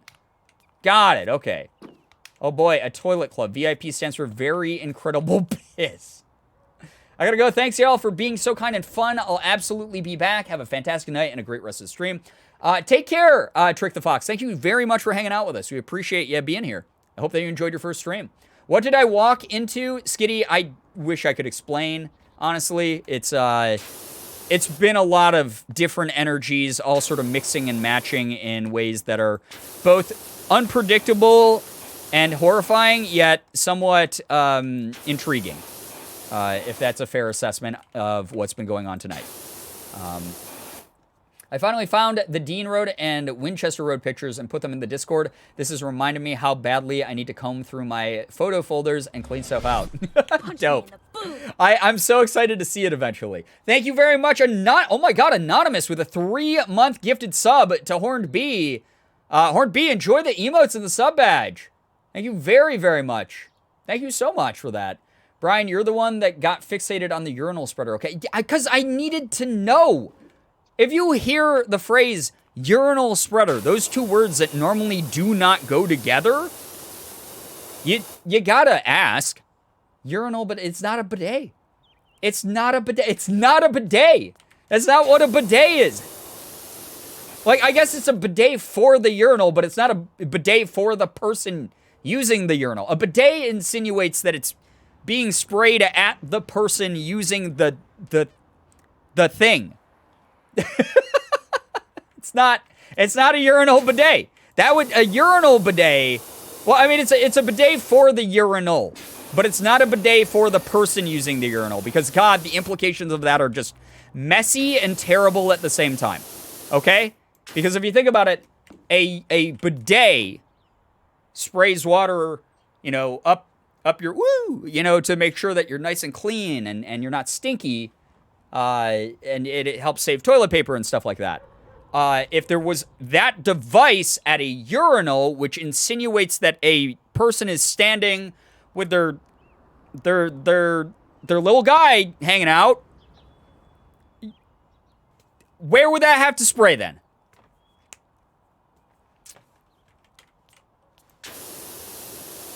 Terrible implications. Terrible, just absolutely, actually awful implications. Just absolutely terrible, awful implications. Up your woo! Can a bidet stand in as a water fountain? I mean, theoretically, I assume the water would be clean enough, but why would you? Just get a glass and fill it up at your sink, please. I beg of you. Mario using a bidet for the first time. Woohoo!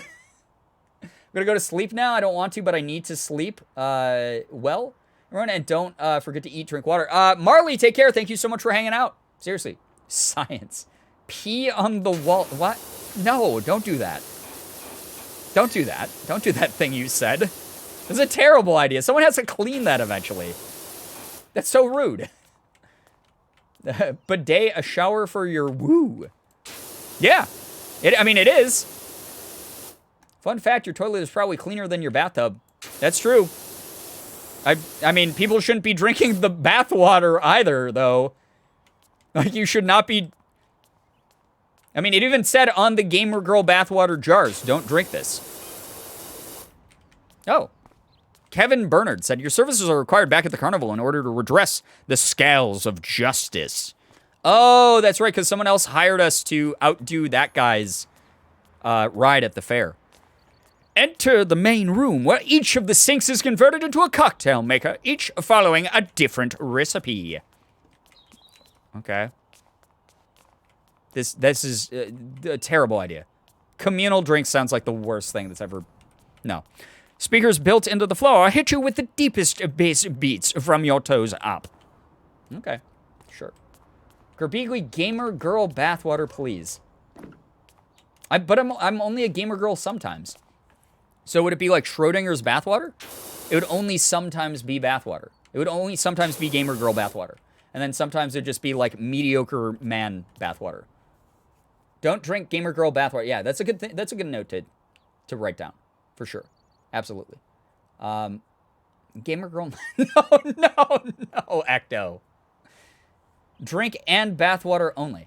Or drink the bathwater only. No. It's very unhygienic. Don't drink bathwater, chat. What the fuck? Don't do that. It's bad. Even your own. Like, what? Think of it this way. What are you doing when you're in a bath, right? What are you doing? You're washing off the grime and grease and dirt that's, like, in your hair and, like, on your face and shit. It's, like, all your, like, filthy, like, bleh stuff, you know, that, like, just accumulates throughout the day or, like, while you're sleeping or whatever. If you drink, that does go... That goes somewhere, and then you don't want to drink that. We demand Girbeagly bathwater now. I don't know if "we" is like the word you should be. I think it's you, Zoe. Oh God, I'm gonna choke on my cereal. I'm laughing so hard. Please don't do that. Quick PSA: the Girbeagly channel and all associated branding and extensions of the brand are not responsible for anyone's safety during these streams. Just gonna put that out there for legal. I'm sure my lawyer is really happy I said that. All right, me. Bathwater is human soup, basically, if you think. I mean, you're not wrong, but I also hate that you're right, and therefore refuse to acknowledge that you are outside of what I just said the one time. Okay? Just eat soap out. God damn it. No, don't do that either. Unless you want a massive tummy ache. You don't want a massive tummy ache. That'd be awful. Because imagine if you ate soap, right? And then you got sick from it, and you were like,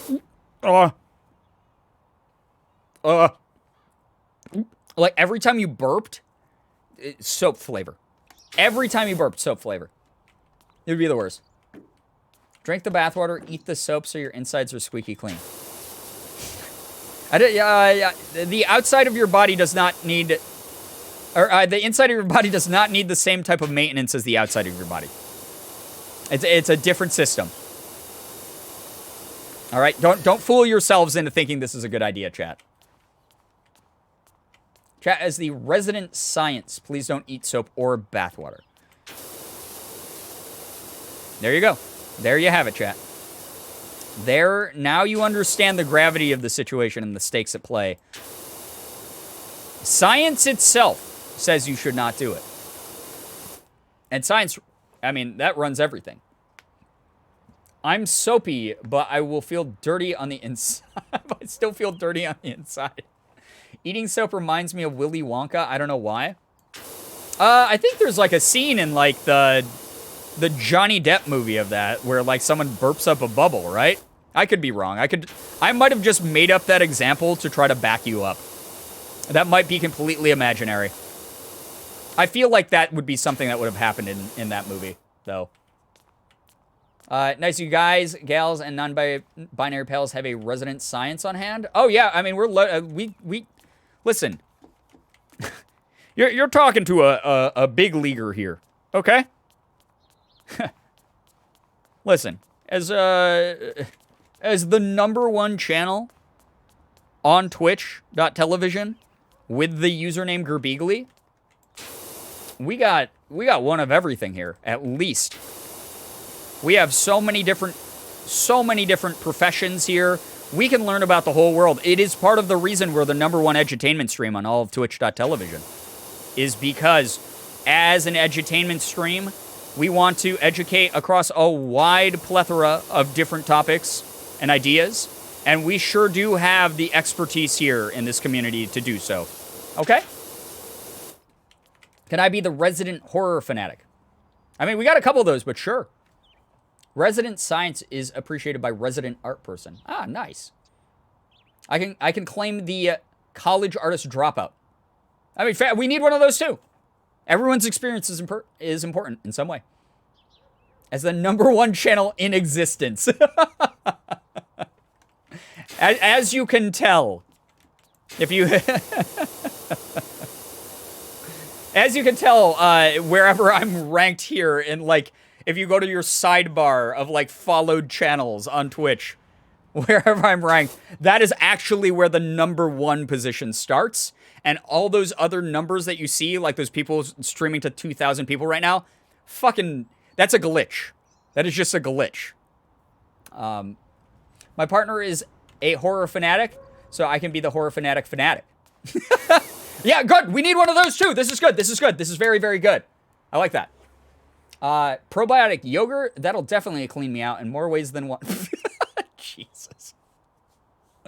Oh, God. Yo, let's go. Yeah, number 1 channel on Twitch. That's us. We're doing pretty well, though. Don't tell the other streamers about that, though, guys, because I don't want them getting jealous or, like, upset, you know, because we don't brag about, like, numbers here. It's, like, not something we do. We don't want to flex on the other channels. But we can be proud of that.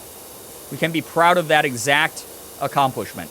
Anytime you see this channel and it's like way low on your list of like viewed channels, it's because there's a glitch going on and we're actually number 1 on the site. Just pretty wild. My friend stole a squirrel from outside a few years ago, named him Augustus Gloop after Willy Wonka, Gus Gus for short. She still has him. Thought I'd share with the class. Wait, she stole a squirrel? Why? Wait.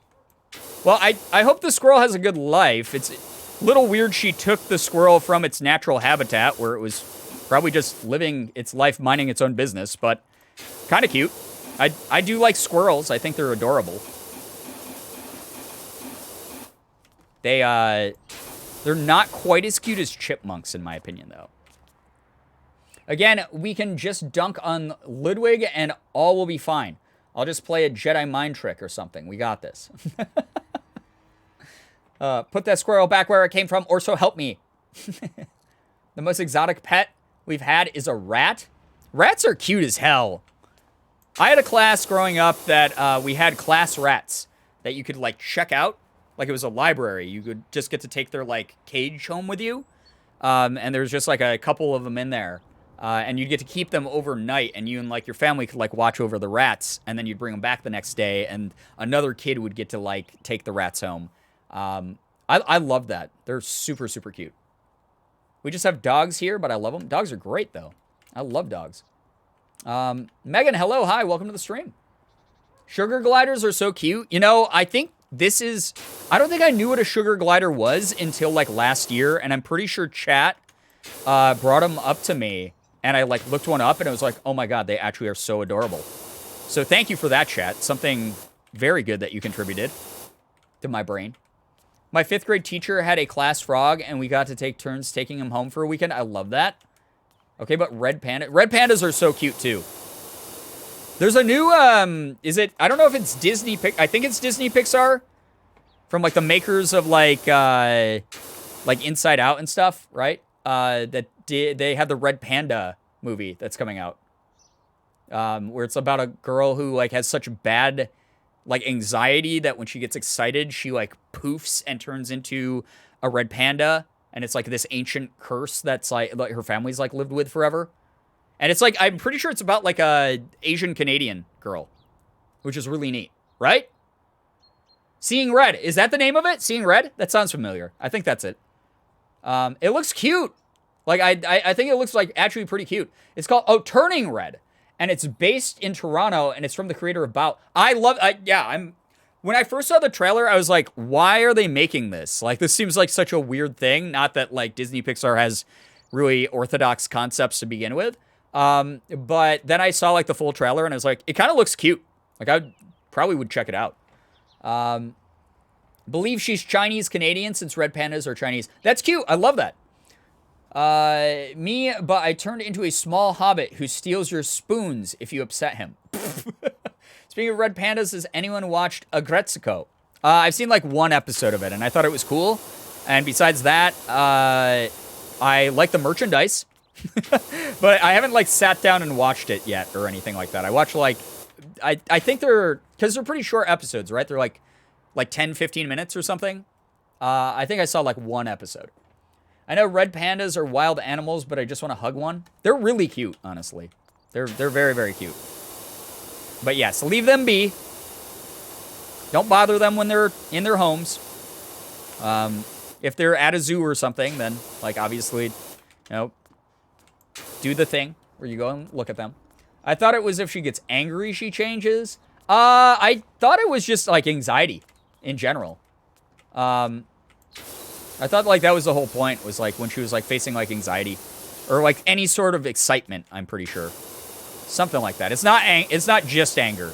Because there's a part in the trailer where she's, like, she has this brush that she uses to, like, brush herself and make herself less, like, hyped up. And it causes her to turn back into, like, a girl. And she goes, yes! And she's so excited, and she poofs back into the red panda. So, yeah, any heightened emotion. Yeah, I think so. Question for the anime watchers here. I have been known to be an anime enjoyer every now and then. Have y'all seen Assassination Classroom? I saw some of it. I haven't finished it. But I remember it was also when I was juggling, like, 20 different series at once. So, I never finished it. But I liked what I saw of it. I think it's just big emotion, or giant emotions, because it's also embarrassment. Yeah, okay. Yeah. When I get anxiety, I turn into a couch potato. That's fair. It's an okay thing to transform into, in my opinion. Brian, watch anime? Impossible. Absolutely not. You guys know I just really hate that art aesthetic. Oh, shit. This is up.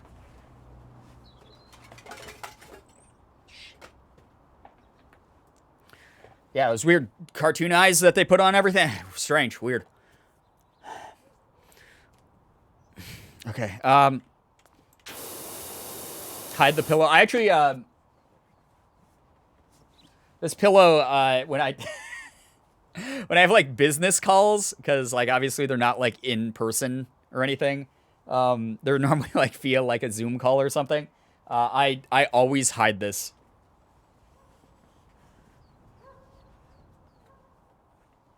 God damn it. I knocked over everything. What's wrong with me? I'm breaking it all. All right. He only likes her because she's Anonymous. Oh my gosh. Thank you. I do not know if this is the same Anonymous from earlier, but thank you so much, Anonymous, for the 3-month gifted to Megan You Cry. Megan, enjoy the emotes. Enjoy the sub badge. I hope that you don't get timed out again because you forgot about the caps limit. But it was really nice. Yeah, and they're... Megan, you did it twice in a row, and you fucked around with Nightbot and found out. That will at some point turn into, like, a ban if you're not careful. So please be careful when you come back from the 1-minute timeout. Nightbot does escalating timeouts.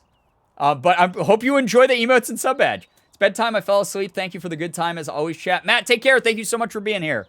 We appreciate you. Seriously. Yeah, do be careful. Yeah, Nightbot's there for a reason. So just be careful with her, because she's a little bit brutal at times, but she also does her very best. Nightbot said, fuck you, go to your corner. Nightbot does time out people every now and then, yeah. I need that mug. Wait, which mug? My mom works from home for Best Buy Corporate, and she uses backgrounds because my cats always choose those moments to zoom around and destroy stuff. That's smart. I should just do that, but I'm just so lazy. Nightbot said, get on top of the fridge. Get on top of the fridge. Oh, my God. Sorry, I forgot. It's A-okay. You're back now. Just be careful. Long pop. Oh, that mug. Yeah, I don't want... There is no mug. That's a mug you guys made up in your brains. There is no actual mug. Keep dreaming. Forever. And ever and ever. Okay? Long Papa, he activated mug supremacy. That'd be the worst mug. I feel like that's gonna cost an arm and a leg to get, like, created if we do go that route ever. What I want to do before any of that is Sig plushies. That's what I really want. I want, like, a Sig plushie. Because I love that boy. He's a good boy. Brian, don't deny us. We need Long Papa. You have Long Papa at home. We made up the mug, and now we want the mug. Sounds like 90% of the activities that chat does. Just making up shit and then pretending it's real. That's just a very chat thing. I just spit all over my mic stand. Long Furby, but it's long Papa. That would actually be so much worse than anything that's been, like... that is so much worse than anything that's been proposed so far. Like, genuinely. That's very terrible. Okay. This is where all the, like, really gross caked-on grime is on these metal steps. I gotta get this shit. We gotta get this. Oh, yeah. That's nice. There we go. I'll jump on those SIG plushies in a second. Yeah, there we go. Let's talk about those SIG plushies. SIG plushies sound great. Is it gonna be Chonk? A Chonk SIG plush would be amazing. Yeah, it would. I mean, it would have to be. It would have to, like, sometimes the way that SIG sits, I love him so much. But he'll sit in, like... he'll do this thing where he sits down on, like, all fours, and he's just looking, you know, kind of cute, and he'll just be minding his own business, but his silhouette, besides his ear, it's like Grimace from, like, the McDonald's mascot, Grimace, like, that silhouette with, like, cat ears. And every time he does that, I'll be like, are you grimacing? Are you grimace? Because he looks so fucking funny. He's a goofball. I love him. Such a good boy. But he looks exactly like the silhouette of, like, Grimace, the McDonald's mascot. I imagine a SIG plushie like Squishmallows. Yeah, it would have to be something like squishy and round and silly. The Crouch Loaf, a very fine pose. He's a very fine boy. He's a boy of class. A blob with ears, yeah, pretty much. Grimace with cat ears and a maid outfit. Oh god, I hate that. SIG Squishmallow supremacy. If Squishmallow ever wanted to work with me, I would do that in a heartbeat for sure. Morgan has a couple of them, and they're just really cute. They're very, very cute. I just wish, like, the fanatical, like, people who, like, buy them and then flip them online for 10 times the price would stop fucking doing that, though. Will the SIG plush make sounds? I want it to scream at me. I don't know if it would make a sound. I feel like that would be, like, a lot of extra work and money. But it's something I would like to do, like, much sooner than later. If it's possible. Rotund SIG plush. Yeah, absolutely. Need to go to sleep. Got work in the morning. Take care, Pyro. Thank you so much for hanging out with us. Okay, Nightbot. I will shyly approach the Discord. Hornby. It's a good place to be. If you like the energy here, you're going to get a lot more of that over on the Discord. If anything, it's, like, even more chill over there. So feel free to drop by, make some friends, say hello, introduce yourself, find people with similar hobbies to you. You know, just get engaged with the community in some way if you feel like it. It's a very cool, fun place. Something nice exists. Scalpers. It's free real estate. Yeah, pretty much. It's really fucking annoying. It's so annoying. But fortunately, at least with Pokemon cards, it's sort of changing a little bit. Like, they're overprinting Pokemon cards a lot right now, and there's so many entitled collectors who are whining about it and being like, oh, this drops the value of the other stuff that I have. And I'm like, all right, would you rather have to buy it at, like, 8 times the price from frickin' scalpers all the time? Or would you rather this hobby survive? I'm really happy to see them printing as much as they have. Morgan and I have not had many issues getting cards lately. Like, maybe in person at the store, but, like, ordering them online, I can almost always find them, which is fantastic. Nymeria, hello! Or thank you for the bits. I forgot I still have bits. Here you go. Thank you. And I meant to say, hello, Riot. Welcome to the stream. Oh, shit, it's 1:30 in the morning. I had no idea. We're gonna get to, I don't know.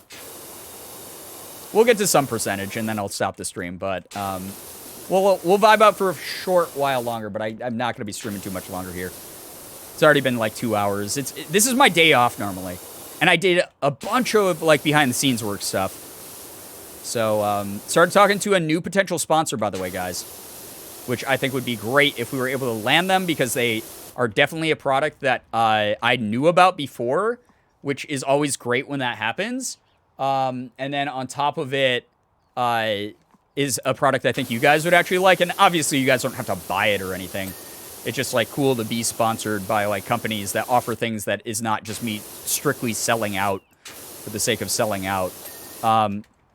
But started talking to we haven't landed a deal yet, but it was definitely one of those things when they approached me, I was like, ooh, this could be really fun if this works out.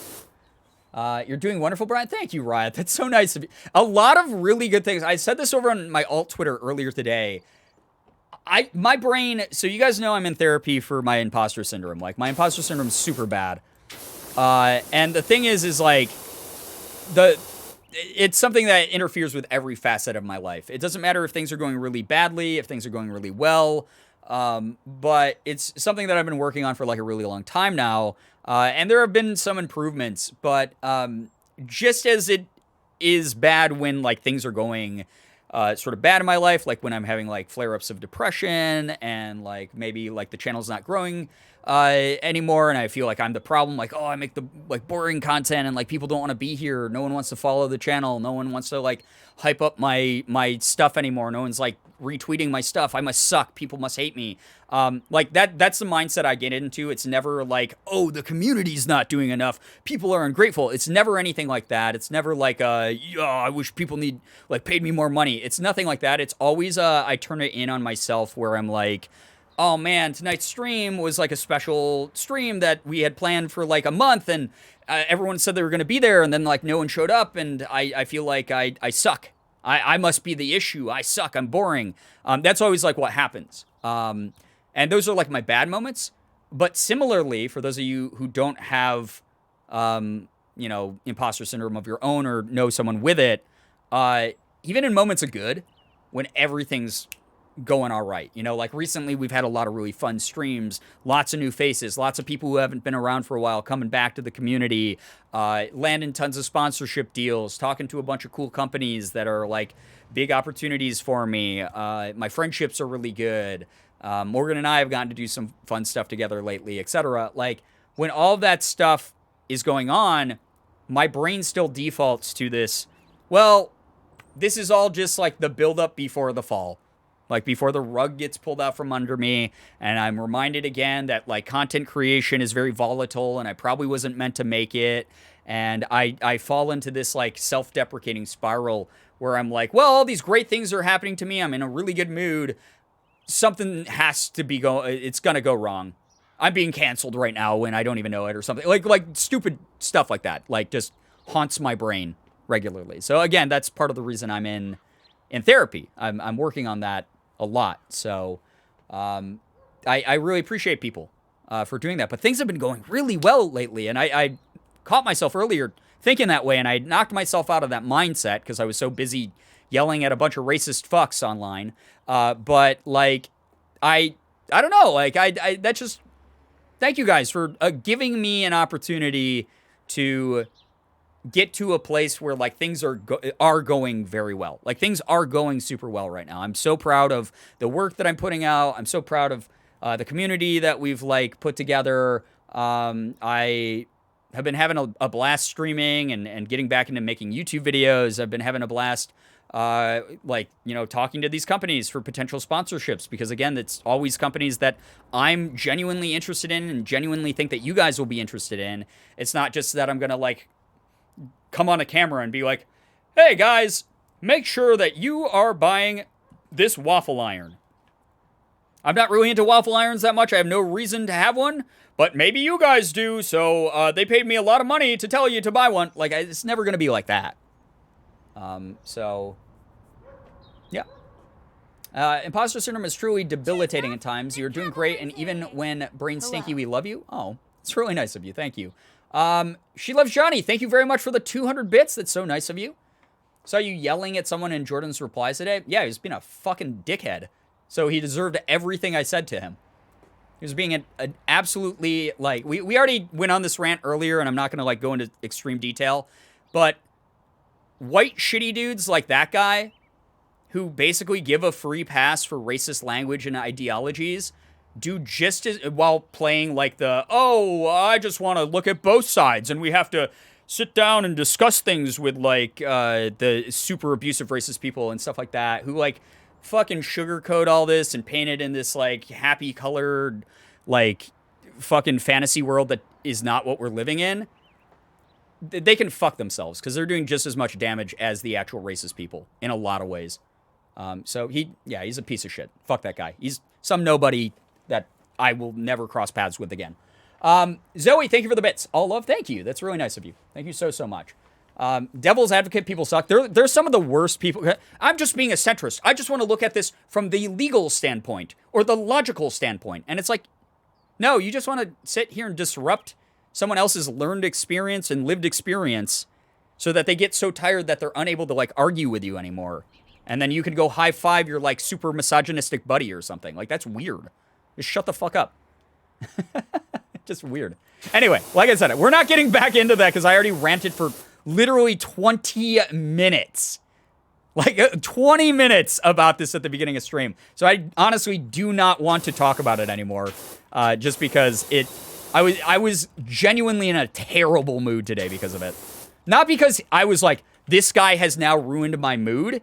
It was, I am not allowed to reach through my computer screen and punch this man in his mouth until he has to swallow all of his teeth. The fact that technology hasn't given me that as an option yet is what made me angry. Very frustrated. He doesn't deserve the thought. Exactly. Hey, I'm out here thriving. I was just going over all the cool things going on in my life right now. Like, I have all these awesome things. My life is awesome. I get to go to bed and, like, sleep pretty peacefully. That guy's going to be the angry, bitter weirdo the rest of his life. Very soon, Sword Art Online is around the corner. God, I hope not. But catch me if Sword Art Online happens, if like the isekai like genre takes over real life, catch me in the like level 1 training field, just killing slimes the rest of my life. That's it. I'm not venturing out and risking my life for anything else. No thought for people like that anymore. Exactly. Ready Player One. Yeah, same idea. Brian, thoughts on a Tom Hanks sponsorship? I think that would be very much on theme because as Tom Hanks, being sponsored by Tom Hanks would actually be a dream come true for me, Tom Hanks. But I would have to talk to my manager, Tom Hanks, about it and make sure that the compromise between Tom Hanks and I would go very well. It would be the Polar Express of brand deals. Does anyone else's emotes look odd? Some look very large and some look normal. That's weird. I don't know. Maybe try refreshing the page or something. There could be like some sort of display error on Twitch's side. That happens every now and then. With Twitter, because I haven't changed the emotes since we added bonk way back when. With Twitter Blue, you can now reach through the screen and punch racists. Oh God, the dream, right? Into the Girbeagly, into the Hanks verse. Oh God. Ooh, okay, but I'd be so excited for IRL Sword Art Online. You know what's really funny? So, who's your management? Tom Hanks. Actor, producer, director, CGI model, train conductor, protagonist dad. Extraordinaire. Refreshing fixed it. I'm so glad. The thing about Sword Art Online is, so it's not like my favorite anime series. I think it's like a little bit like, I don't know. it's too many weird things fucking going on in it for me. Specifically like the fucking sister plot. I like do away with that, Japan. Stop fucking doing that. So I was kind of like into Sword Art Online for a while, to the point like they released a mobile game of it where like it was like, oh, you are actually one of the characters like trapped in, like you are just an MMO player who also got trapped in the Sword Art Online universe, and you can play, and it was an actual MMO you played on your phone, and I actually played it for a while, but for whatever reason I like went into it with the mindset like I was actually in Sword Art Online, and I was like, if I die, it's gonna be permadeath. So I like tiptoed through the game. I did not get past like the second area of the game because I was like too afraid I was going to get like killed by something. And then it was going to be like, oh, hard reset your game because you died. You have to like delete the character, which I guarantee is not actually the case. But I played it that way for whatever reason because I just remembered the show so vividly of like, oh, the stakes are supposed to be like permadeath. And I was like, and this is not a spoiler, by the way. They literally explained this in the first like 5 minutes of the fucking show. But like I barely played the game as a result. Well, I played it a bunch, but I was literally like in the level 1 area, just constantly power leveling doing that. So yeah, first 2 seasons are the only valid seasons, but the sister thing was super weird. Yeah, just there's no reason for it. It's just so odd. Don't stop doing that in anime, please. We don't need to make everything into like a creepy emoto fantasy thing. Like, please don't. Like, just fucking stop that. It's not okay. I hate when my brain does that. When I saw the movie Rango, my brain somehow convinced itself that I also had no access to water, was doomed to be thirsty. Like, it wasn't quite that bad, but it definitely like made me a really like it was like I was playing Dark Souls. I don't know why. It was just like a weird, like, my brain couldn't get past the fact I was playing a Sword Art Online game. But I wouldn't allow me to not be like, well, if I die, I'll probably just respawn, because otherwise they're going to run out of players of this game really fast. Like, I don't know. Streamer Tom Hanks. Can we have some Tom Hanks merch? No, all right, guys, okay. I know we're making a lot of Tom Hanks jokes tonight, but we already got The Rock, okay? We don't need to add more celebrities that are incorporated into the Girbeagly brand, okay? We don't need to do that. We already got The Rock. We got Gerb Rock as an emote. I've made fan art of The Rock during charity streams. We're one and done with the celebrity stuff, okay? Tom Tanks. Yeah, there he is. There's Dwayne. No, really, I sat through like more than half of the movie being like, man, I really wish I could get some water right now. Oh my gosh. When you project a little bit too much onto yourself, right? Hello, my fellow dyslexics. Hello, hi. I'm one of you. It's about drive, it's about power. We stay hungry, we devour. We certainly do, chat. We really do. It's what we're known for online, right? It is what we're known for. All right. Doing good so far with this disgusting bathroom club. I'm glad to know already from the prompts, though, that we're going to have a lot more of the game to play. That there are more levels past this. That makes me so excited, honestly. Did someone say Dwayne? Knock, knock. Perfect time to return to the stream, Shira. Sure, I can't believe you abandoned us. We got raided by a bunch of people who freaking they hate Dwayne the Rock Johnson, is what they said. They all came in, they said, The Rock, more like the Pebble, this is a hate raid, is what they said. There's like 5,000 of them that came by, and we didn't have a mod in place to combat them. Can't believe that you did that to us. That was a real thing that happened, by the way. It was real. Simply watching Lav play Beat Saber. How chaotic is that? Because I feel like Lav is the person who's definitely downloaded, like, the extra songs that are, like, not the normal, like, fun ones, but are, like, the ones that are, like she's listening to the fucking, like, TikTok, like, bruh. Like, those ones. Like, I feel like that's what Lav Beat Sabers too. Like, guarantee. They kept saying paper is better than rock. Can you... Yes. Yeah, that's what they were saying. It was so fucked up. It was so rude. Unbelievable. Beat Saber's God. When I first got my Oculus 2, I was playing it like 4 times a day. I love Beat Saber. It's so fun. I haven't played in a really long time, but I gotta again. It was painful. She kept playing this one song over and over, but I made her download the Chowder theme song and play. Tom Girbeagly, The Rock Hanks. Oh, Jesus. It is an actual wonder that this community with your behavior,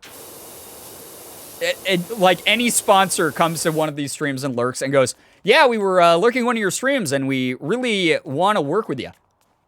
It is a wonder to me. Anyway, I was telling a knock-knock joke. Someone say, who's there? Who's there? No, we have fun here. One of my partners actually made me watch Chowder recently. I enjoyed it. I heard it's really good. I've never seen it. Plutonic streams. Hello, hi. Thank you for the raid. I hope that you had a good stream. Welcome. We're probably not going to be playing too much longer here. Actually, holy fuck. I checked the clock like 15 minutes ago. Shit, it's almost 2. I gotta go. Wait, let's get to 40. We gotta get to 40.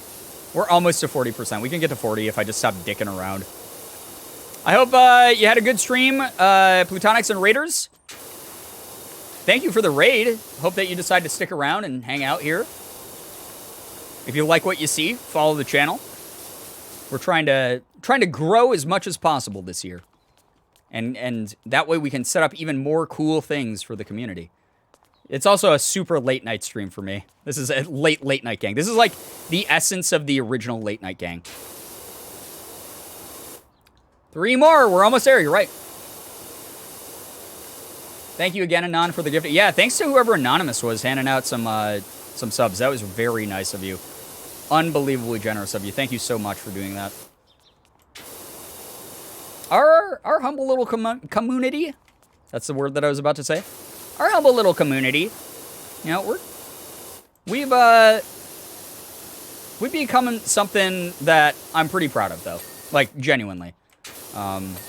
Over the years. Like, Sheer is someone, and, like, Mads and a bunch of other people who've been around for, like, a really long time, have gotten to see sort of the evolution of this channel.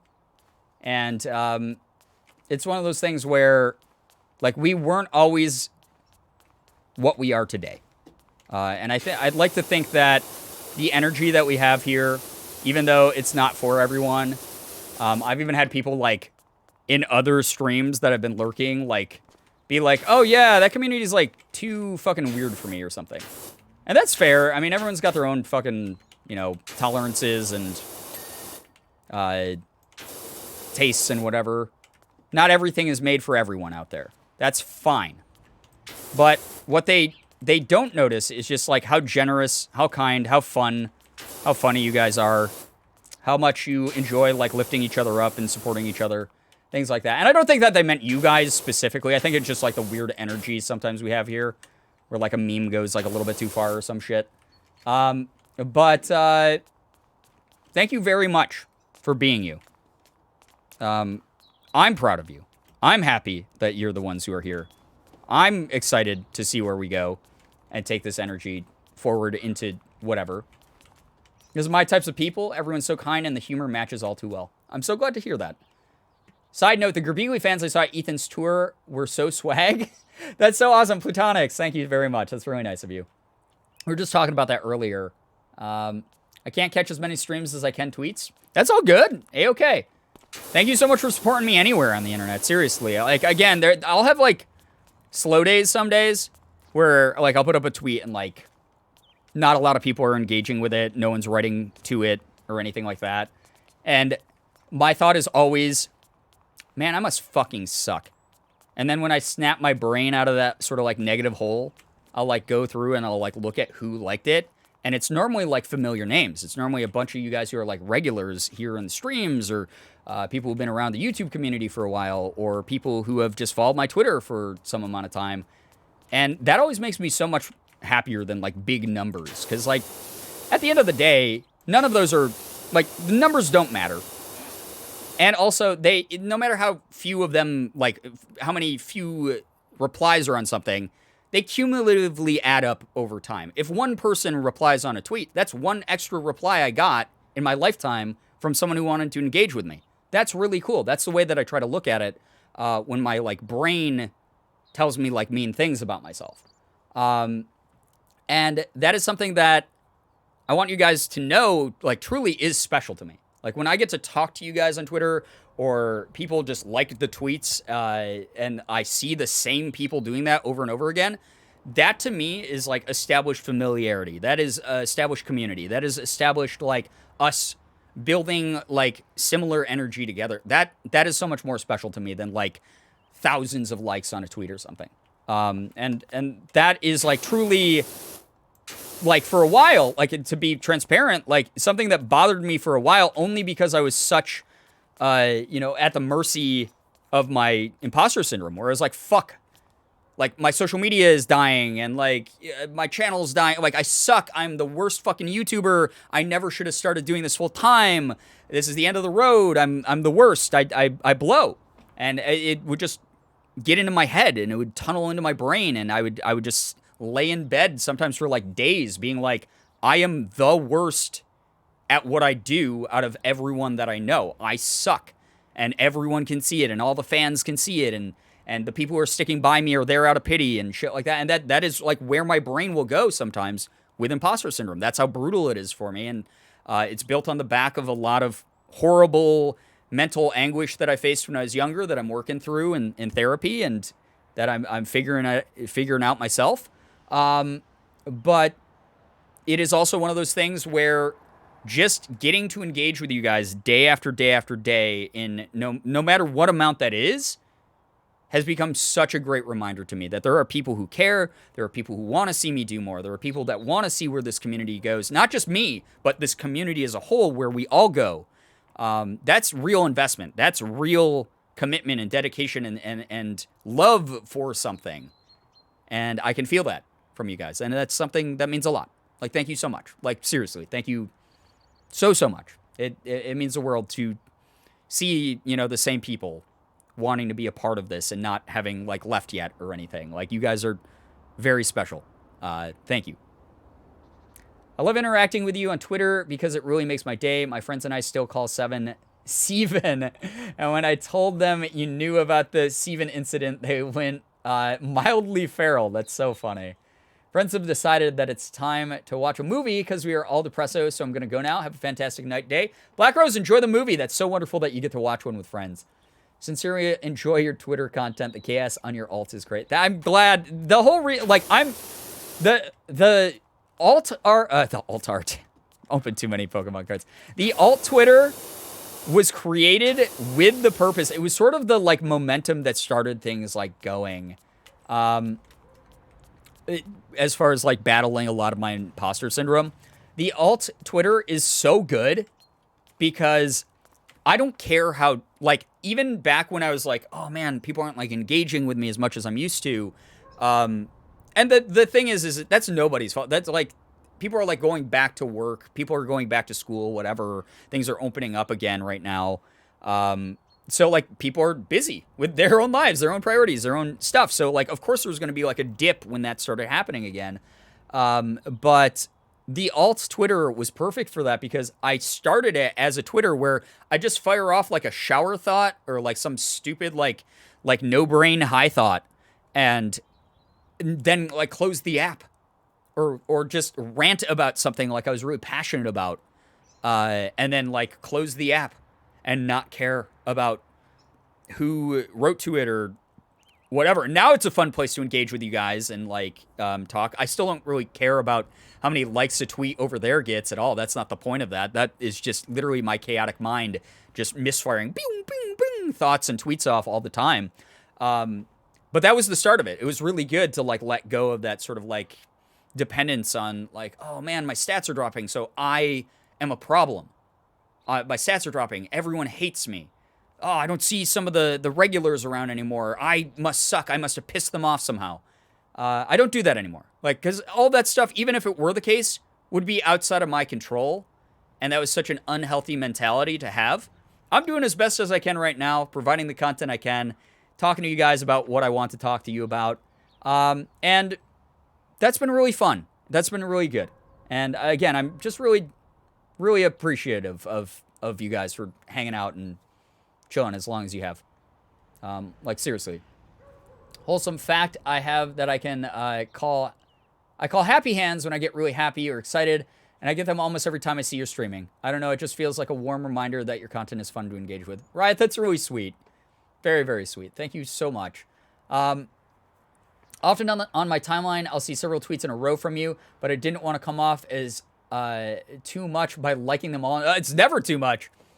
I don't have push notifications on for anyone but mutuals, so if you like 20 tweets in a row, that's never an issue. And then don't force yourself either. If that's not something you normally do, don't be like, oh, well, Brian might feel bad if I don't like the tweet. That's not what I'm saying. That's not the point. That was more just for transparency and sort of like the background of like my own mental health journey as I've been going to therapy and getting better. And hopefully people see me as like a lot more confident in healthier ways now than I used to be. And just, I don't know, finding myself. It's been good. It's been really good. And you guys are all part of that process, so I try to share when I can. So, yeah. All Twitter is just the part of you that engages in chat's chaos. Yeah. That's kind of true, honestly. I have your tweets on notification alert, so even if I don't reply or like a post, I read them every time. I am so sorry. Blow Brian up now. That's absolutely fine. That's not what I'm saying. I'm not asking for anything from you guys. That, again, part of that was the opposite, was me to point out that, like, it's never a case of me thinking the community doesn't do enough for me, because we all have been here for those streams where, like, fucking 200 subs get gifted to the community. Like, that's not the point I was making. The point I was making is I'm in my own brain all the time. I always think I'm the problem, and you guys are always a nice reminder that I have nothing to worry about. This community is the fucking best one on the whole internet. You're all incredible. Like, you're so fun to talk to. So fun to just chill with. So, yeah, like, thank you. We heart you. Thank you, Zoe. That's nice. Never be sorry. Oh my God, I feel like I have to be.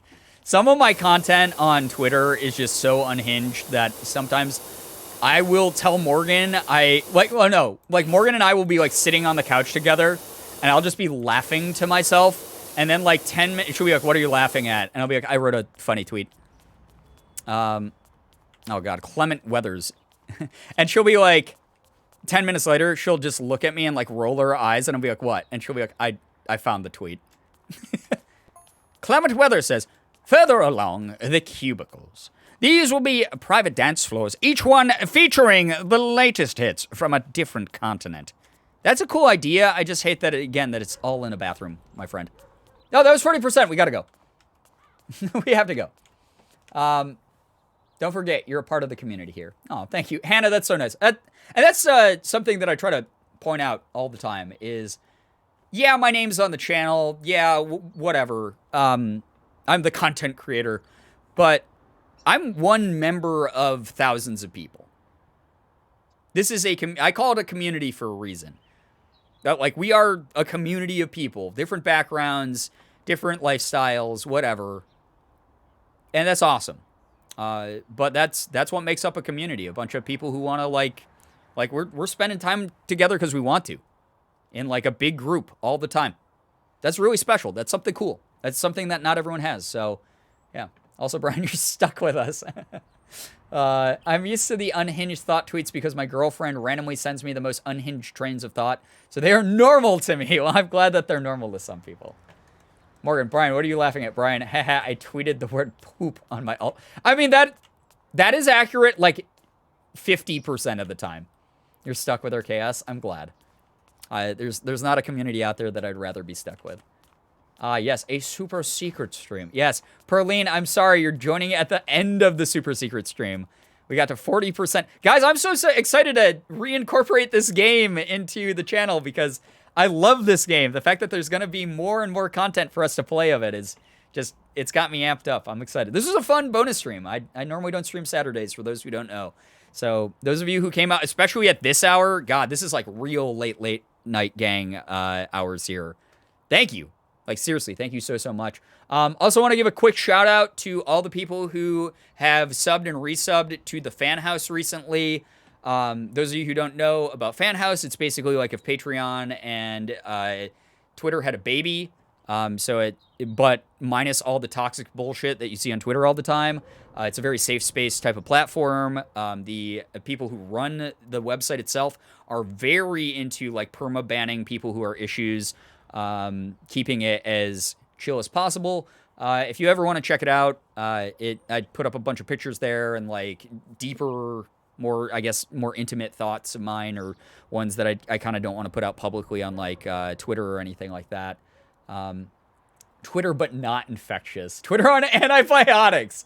But if you want to check it out, if you just want to see it, I have a ton of pictures of Sig up there. The two main things I post are Sig, and then at least once a month cosplay of me as Brianna/Girbeagly. Feel free to check it out. You can get a free month if you use the code BASSPRO. But I did want to give it. This didn't. I don't know why I made this into a promo. My brain is just not working tonight. I didn't want to I don't want to make it sound like you got please go check there. Like I'm desperate for more people to go over there. It's nothing like that. I got like fucking like 15 resubs or something today, some crazy amount. And I just wanted to say thank you so much, because I know a lot of you guys have swapped your subs here over to Fan House, which is actually a cheaper sub than Twitch. And more of the cut of that sub goes to me than Twitch will ever offer me. So it's kind of neat. But if you do decide to go check it out, you can get a free month by using the code BASSPRO. And you can see all of my cosplays. You can see a lot of pictures of Sig. You can have little mini reviews of like movies and anime and comics I've read and whatever. Stuff like that. So a lot more into like my hobbies over there. I'm probably going to Fan House then. Better pay for the creator is where it's at. Yeah, absolutely. I mean, it's a cool site. It's a cool alternative if you don't want to support the Jeff Bezos company. But also, it's like extra content. The way that I always try to put it is, if you pay for a Fan House sub, you are still funding the streams to allow me to be full time. Actually, more so than a single Twitch sub would. That's not to say like, oh man, I don't appreciate all the gifted subs and stuff. Like those are very nice. Those are very, very much something that I appreciate beyond words. But it is one of those things where you get like bonus content for yourself, and you help fund the streams, which is awesome. Like that's above and beyond. Mr. Bees. Jebbery Bibzo. I love that. Do you have a schedule for when you post on Fan House? I don't. I just post at least once a day, whether it's a thought about like how appreciative I am of the community, whether it's like a picture of like a walk Morgan and I went on like over the summer. I was putting up a bunch of like the trails that her and I walk, or like pictures of nature. If it's just a picture of Sig, sometimes you'll get that. I do Yu-Gi-Oh card openings over there. I'm going to start doing like Magic the Gathering card openings. I think I've done like one of those. I've do Dragon Ball Super card openings over there sometimes. Just a bunch of extra shit. Extra content. It's fun though. I really like it. It's very, very cool. But it is, yeah, it's like a once a day thing at least. And there's a DM feature there.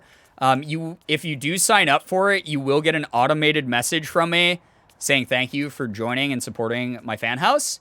Even though that first one is automated, anything after that is not. So if you see that and you want to say hi to me via DM, you can. I'm going to have a chat about whatever. I've talked to a bunch of people over there. And then if you'd prefer like a group setting, which I have the most fun, there's what's called the house chat, which is a chat room just for my subscribers and I. And we go there. We talk over there at least once a day. It's very fun. People share pet pictures. We talk about what our upcoming like weekend plans are. It's just like very, very chill. Bessie, you'll get so much cursed shit. Listen, but it's still my space, so I get to still control how that conversation goes. Simply too awkward? Yeah, don't worry. That's the other part of it is like if you go over to Fan House and you just like to silently appreciate the content over there, feel free to do that as well. You don't have to talk. That's so fake of you, Brian. God. I love the house chat. So positive and fun. It's so good. It's like one of my favorite places on the internet. Honestly, it's so fun. Fan House is very quickly, immediately became my favorite social media platform of all time. Discord, but with content. No, it's so much more like, I don't know. It feels like a private group chat. It's just really good. Like, I know some Discords are like that, but my experience with Discords are mainly like servers or like big group chats with like way too many content creators in them. The idea of doing a house chat sounds both incredible and also so chaotic. It's actually not that chaotic. Everyone's like really respectful and really kind and awesome, and we like root each other on in it. It's very, very cool. So many pet pictures. It's so wholesome. I love it. I forget about Fan House like I forgot about most things. I mean, it happens. Again, this is an optional thing. I don't want anyone to ever feel forced to spend any money on me at all. And I understand that this is like a pay-gated thing, so I do like to point out, 100,000,000% optional. Please never feel pressured to do anything additional besides just watching streams or saying hi on Twitter or something. You know, like, you don't have to pay money to support me.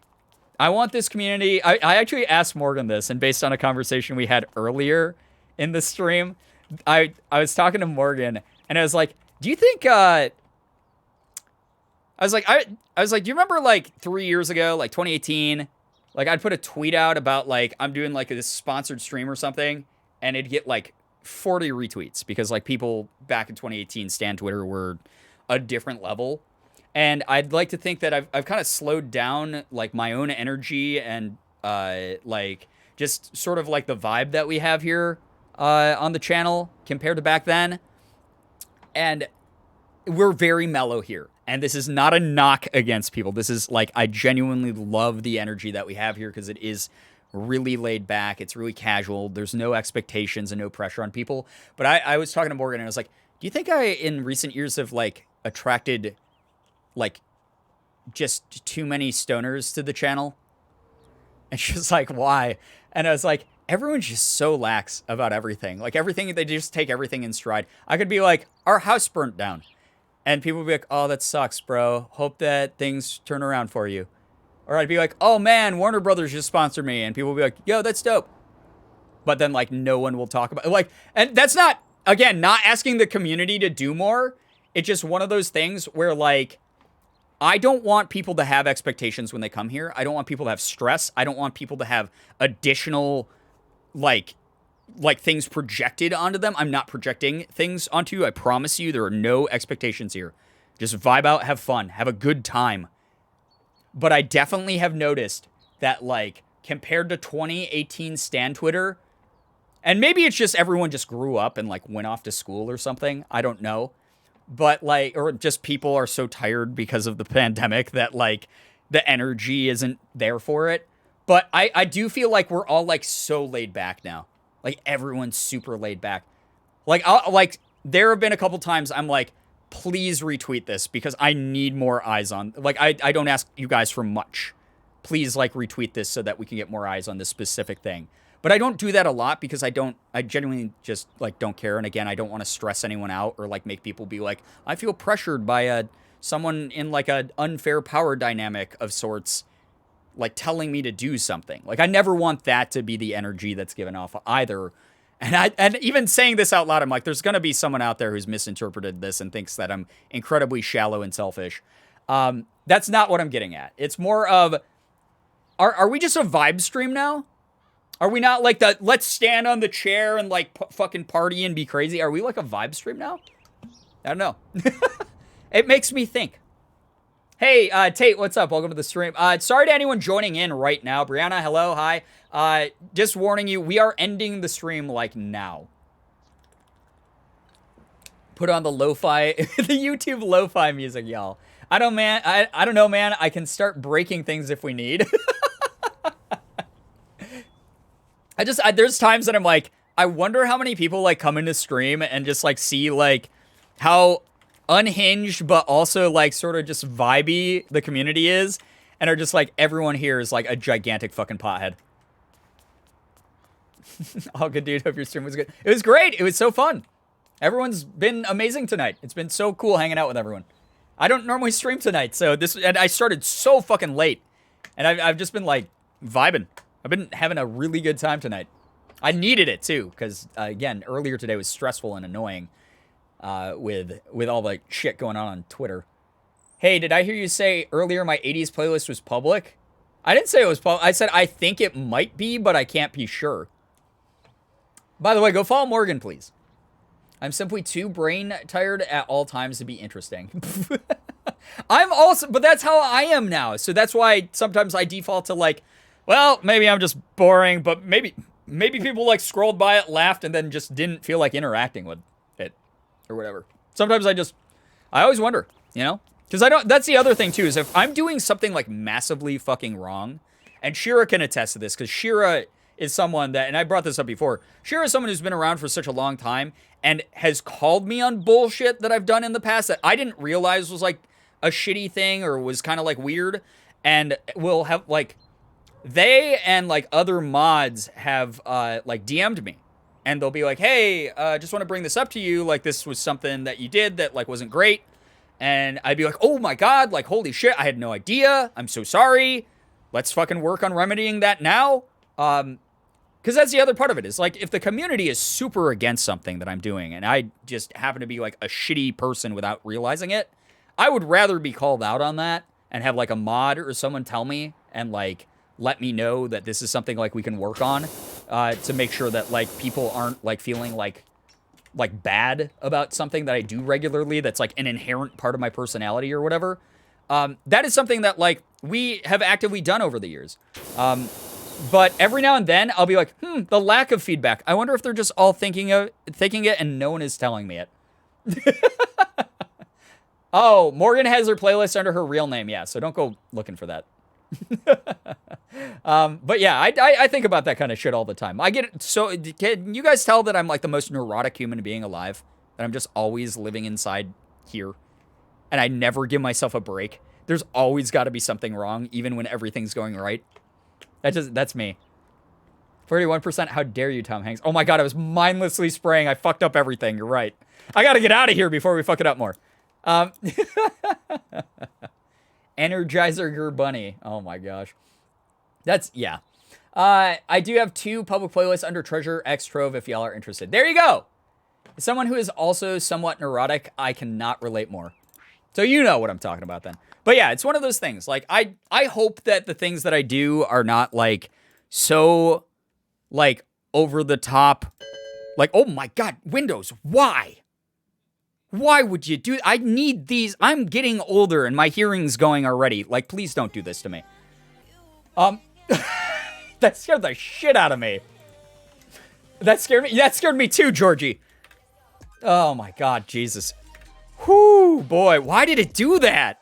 Oh no, our PC, it's broken. Yeah, Windows, what the hell's wrong with you? These are my late night thoughts. Is when I'm sitting there and it's dark and I'm away from I don't know, anything, I'm always just like, how can I get less boring? How can I get people involved? How can I get people interested in what I'm doing? I am a boring dweeb. I'm in my brain. You have great late night thoughts? Yeah, sometimes I do. Sometimes they're just like fucking wackus bonkus, you know? They're not great. They're mean. And then I'm just like fighting this like evil version of me in my own head. It's just really annoying. But anyway, also... I love that my commentary since I started therapy has just become a gigantic overshare, by the way. I'm so sorry to anyone who like misses the old me or something when I was like miserable and like not fucking off my rocker all the time. I started writing down some late night thoughts in my notes app and it's so confusing for daytime me. Oh yeah, that's valid. You're the coolest, raddest long daddy-o, Brian. I know this is a compliment, but reading it out loud doesn't feel like one, if that makes sense. I feel that so much, dude. Yeah, I think that part of the reason that a lot of us like hang out together a lot here is like the community that we've built up is because a lot of us can relate, you know? A lot of us have our own internal demons we're always fighting. I'm proud of you guys. I really am. Like, coming from someone who used to be a part of the mental health field as a mental health counselor, as someone who is dedicated to improving myself on a psychological level whenever possible, I'm genuinely fucking proud of you guys. I've seen some of you overcome some really heavy shit. This year, previous years, whatever. You guys are doing great. I'm really goddamn proud of you all. Thank you for being proud of me as well. One of them is, man has a schnitzel complex, and I have no... Wait, what?